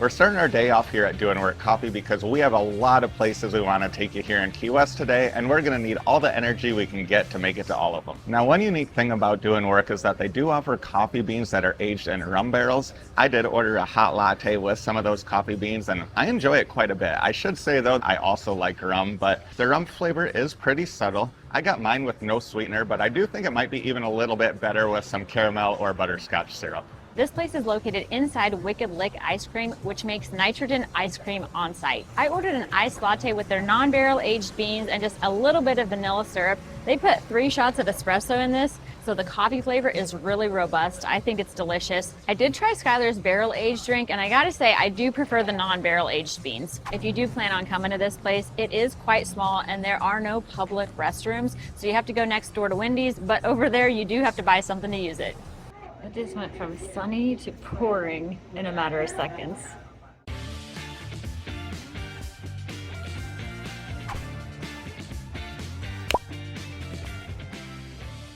Our next stop is one of the most popular attractions in all of Key West, the Ernest Hemingway home. Now, this house is over 170 years old and for a few years was home to Ernest Hemingway. Now, they do offer guided tours 7 days a week, but from my research, it kind of looks like you can just wander around in there as well. We'll find out shortly.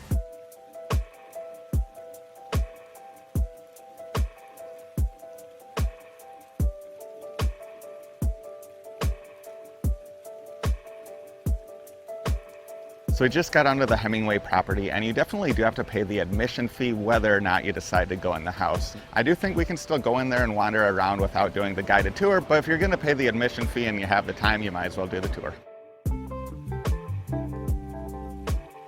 From our research, I knew that this property was going to be gorgeous to roam around, but I was definitely most excited to come here and see the cats. Ernest Hemingway was gifted a white cat named Snow White, and it had 6 toes on it. And even though that cat passed away long ago, its legacy lives on. The staff said that currently there are 57 cats that live on the property, and around half of them have the 6-toed gene.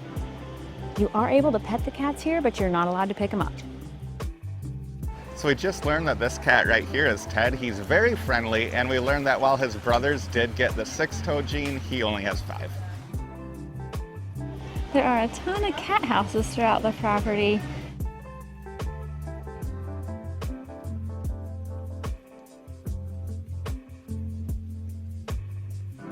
Now this kitty is smart. It's hanging out inside where there's a little AC. Kitty found the best place in the house, I'd say.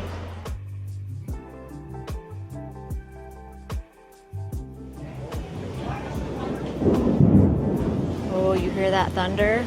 We're currently hanging out on the wraparound balcony, and I think we'll probably be staying here until this storm passes, because there have been some really close lightning strikes and a lot of thunder. Now, because we do have so much to show you today, we decided to just do a quick self-guided tour of the property since you do have access to all the areas that the guided tour does. Now, I did listen into one of the guided tours for a little bit, and they definitely do share a lot of great information, such as the fact that Hemingway lived here from 1931 to 1939, and that's a period that he described as his most prolific, where he wrote many of his most popular works in the writer's room right behind me. Now, we did get a chance to peek inside that room, and it was really cool. We also got to mention that there is a bookstore on site where you can purchase a bunch of Hemingway's short stories, novels, and poems. So we kind of had no choice but to wait out this rainstorm because we are exploring Key West on our scooters, mainly because the paid parking around here is really expensive and free parking can be hard to come by. Now, if you are willing to park a little ways away from most of the businesses in the Old Town area, you can find free parking along side streets, but you have to be really careful that you don't park in a spot that's identified for a resident or along a street that does require you to pay via a kiosk or an app. A lot of people did recommend the hop on and off trolley or the cont train. Now, both of those I believe do have live narration, so you learn a lot of history about Key West, but I think we're gonna save doing that for another Key West trip when we're actually staying here. Now, this rain has lightened up, so I think we're gonna go try and get some food, and hopefully we don't get too wet in the process.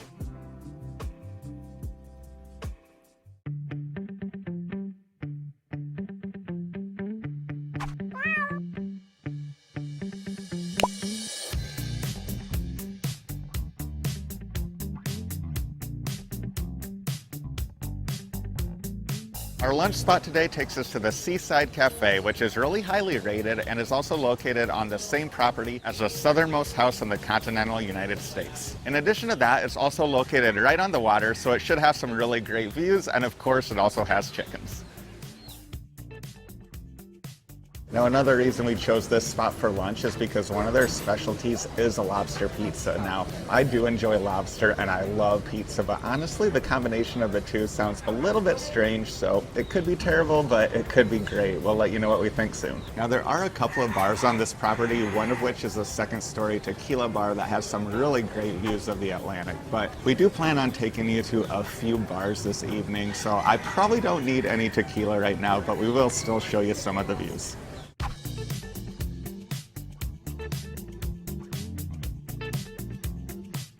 It looks like our food just arrived, so I better get down there.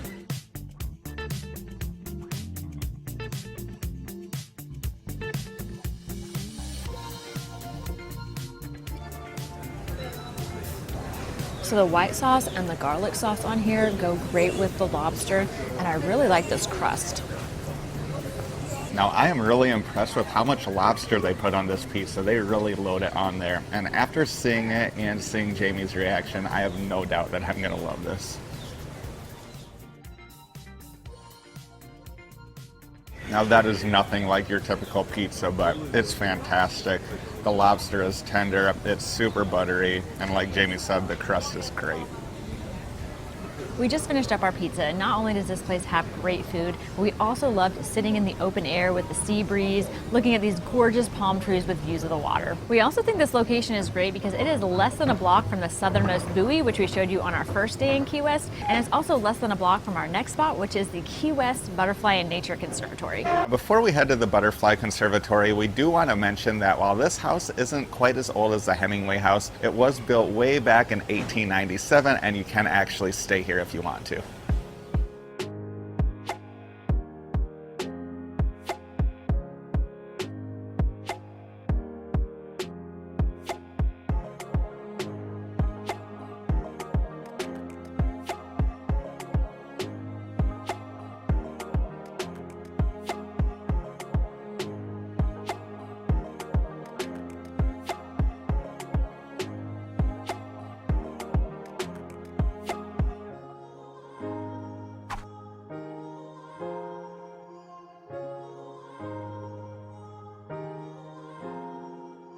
This is already by far the most butterflies I have seen in one space, and they're so big.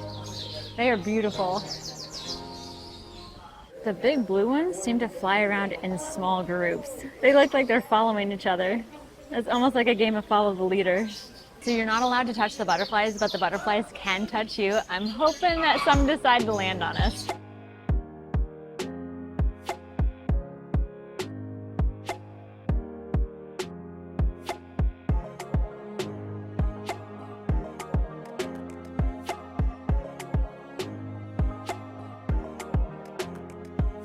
In addition to a variety of butterflies, they also house birds in here, including these two beautiful flamingos. Here's a closer look at the flamingos. They're named Rhett and Scarlet. This flamingo snuck up on us.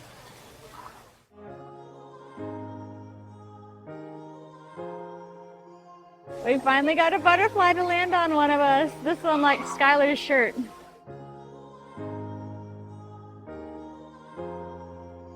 A couple have landed on my hands and they do tickle a little bit.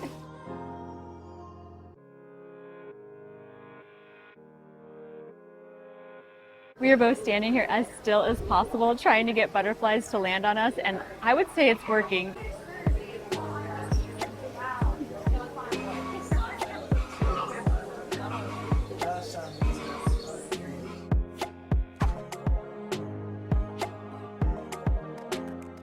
While this spot was definitely a highlight, we are not close to done yet. We still got several more spots to take you to, and we'll see you at the next one shortly.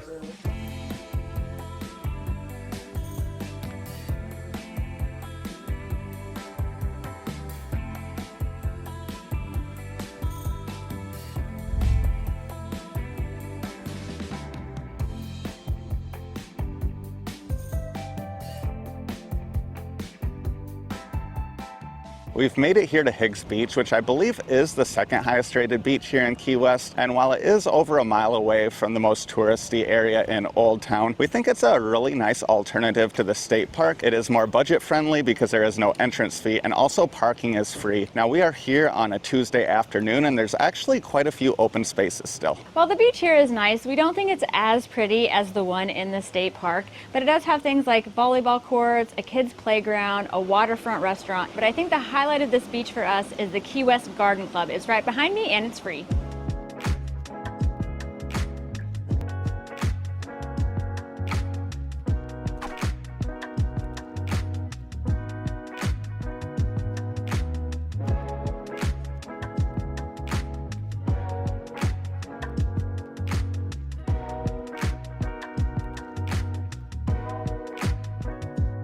This place kind of feels like a continuation of the butterfly garden because it feels like we're in a jungle, but there are way less people here.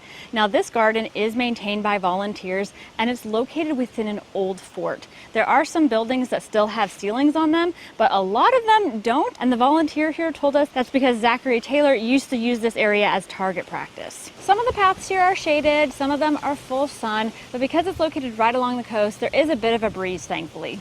Now they do have a butterfly garden here at the garden club, and while you're definitely not going to see anywhere close to as many butterflies as you'll find at the Butterfly Conservatory, we were still able to spot quite a few.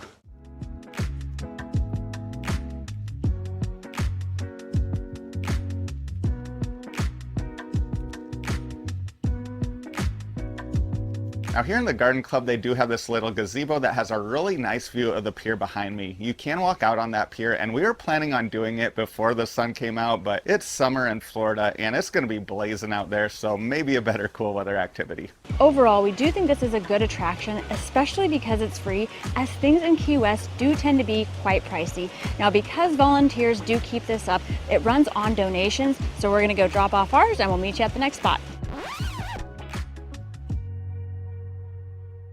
No joke, we have been looking for my purse for the last 10 minutes in this garden because Skylar was in charge of it. Guess where I found it?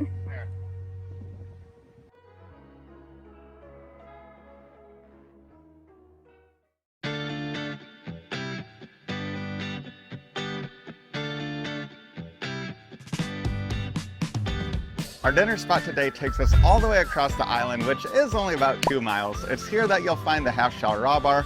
They have a happy hour that runs every day from 4:30 to 6:30, and it has some really great looking food options on it. We'll see you in there.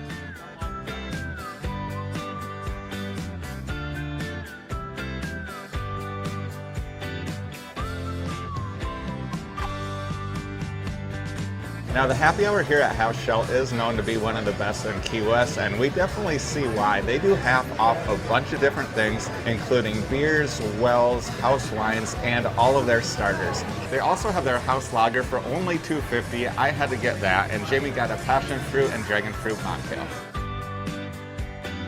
Now this beer is nothing special, but after another hot day in the Key West sun, it's going down really smooth, and for $2.50 I really couldn't ask for anything more. My mocktail is really fruity and delicious, but it's so sweet it's almost a dessert. We ended up ordering the conch ceviche, the crab fritters, and the lobster egg rolls. I think I'm gonna try the ceviche first. This ceviche is full of fresh veggies and large strips of conch. Now the conch is a little chewy, but that's to be expected. Conch is typically pretty chewy, and this ceviche does have a bit of a kick to it. Now I don't know if we've ever had crab, conch, and lobster in one meal before, but I'm pretty happy about it. I'm gonna try the lobster egg roll first. That is way better than your typical egg roll. It actually has quite a bit of lobster in it, and it's very crispy.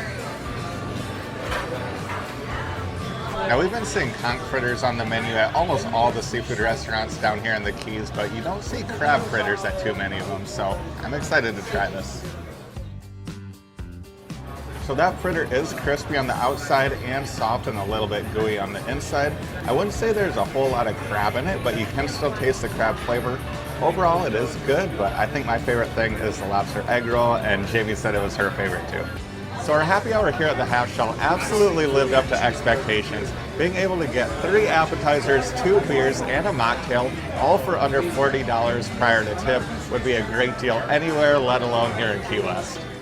Now, while we do love taking you to off-the-beaten-path spots on this channel, we couldn't do a Key West travel guide without taking you to what are arguably the 2 most famous bars on the Key. We'll see you at one of them next.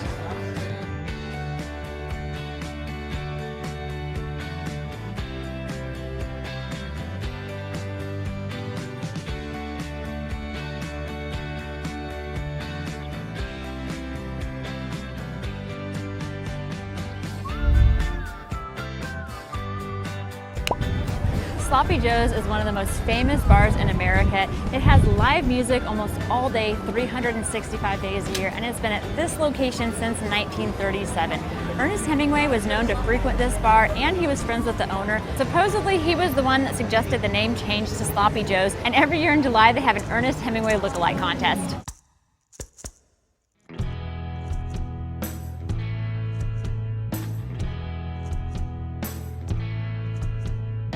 So we finally made it to the original Sloppy Joe's. They do have one in Treasure Island close to where we live, but it's not the same. The atmosphere in this place is awesome. I got a Sloppy Hoppy IPA. It's definitely quite hoppy, but pretty good. I got a blackberry mocktail. It's kind of like a mojito with lemonade. Now, similar to pretty much every other band we've seen in Key West, the one playing here at Sloppy Joe's was really good and definitely drew a crowd. But since we wanted to see what the late night scene was like here, we decided to move on to our next stop and come back later in the evening. Now, while Sloppy Joe's does have a ton of history here in Key West, our next stop may have even more.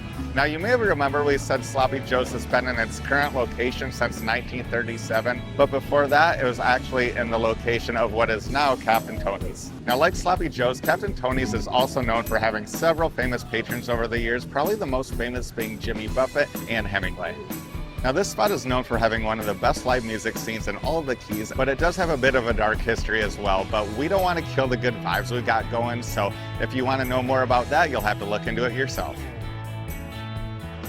Before we even got inside, we saw that everybody was trying to throw quarters in the grouper's mouth above the sign. Supposedly, if you make a quarter in there, you have good luck on the islands. We might have to give it a try a little later.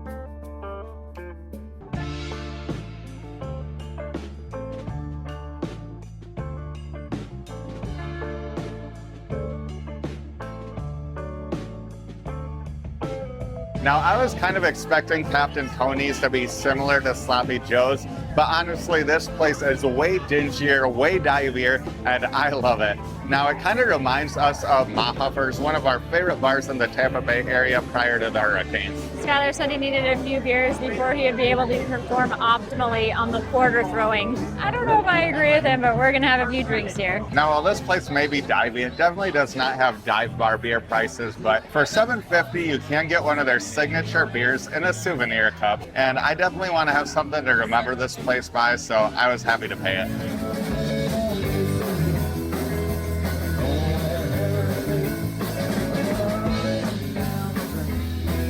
So we decided that Jamie should try the grouper toss first. A lot of people have been doing it backwards, so that's what she's trying, but I'm not sure if it's the proper form. Oh, she hit its mouth. That is already closer than anyone else I've seen, and it was only her second try. You lost the quarter already? We found the quarter in the dirty water. She's trying again. All right, looks like Skylar is going with a different strategy. Oh, that looked kind of close. So after thinking about it, I think the overhead throw is the only way to do it, to not be standing out in the street. And it's probably not safe to be out there right now. Car! Yeah, I don't know if that's a superior strategy or not. Oh!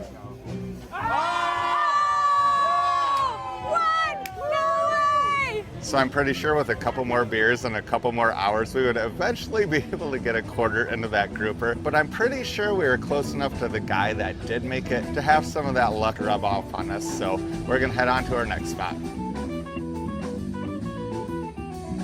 We made it back to Sloppy Joe's to find another great band and an energetic crowd.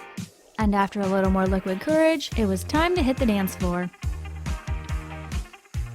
While this 2-week road trip may have come to an end, your Keys experience doesn't have to, as you can see even more of our Key West adventures by clicking here right now.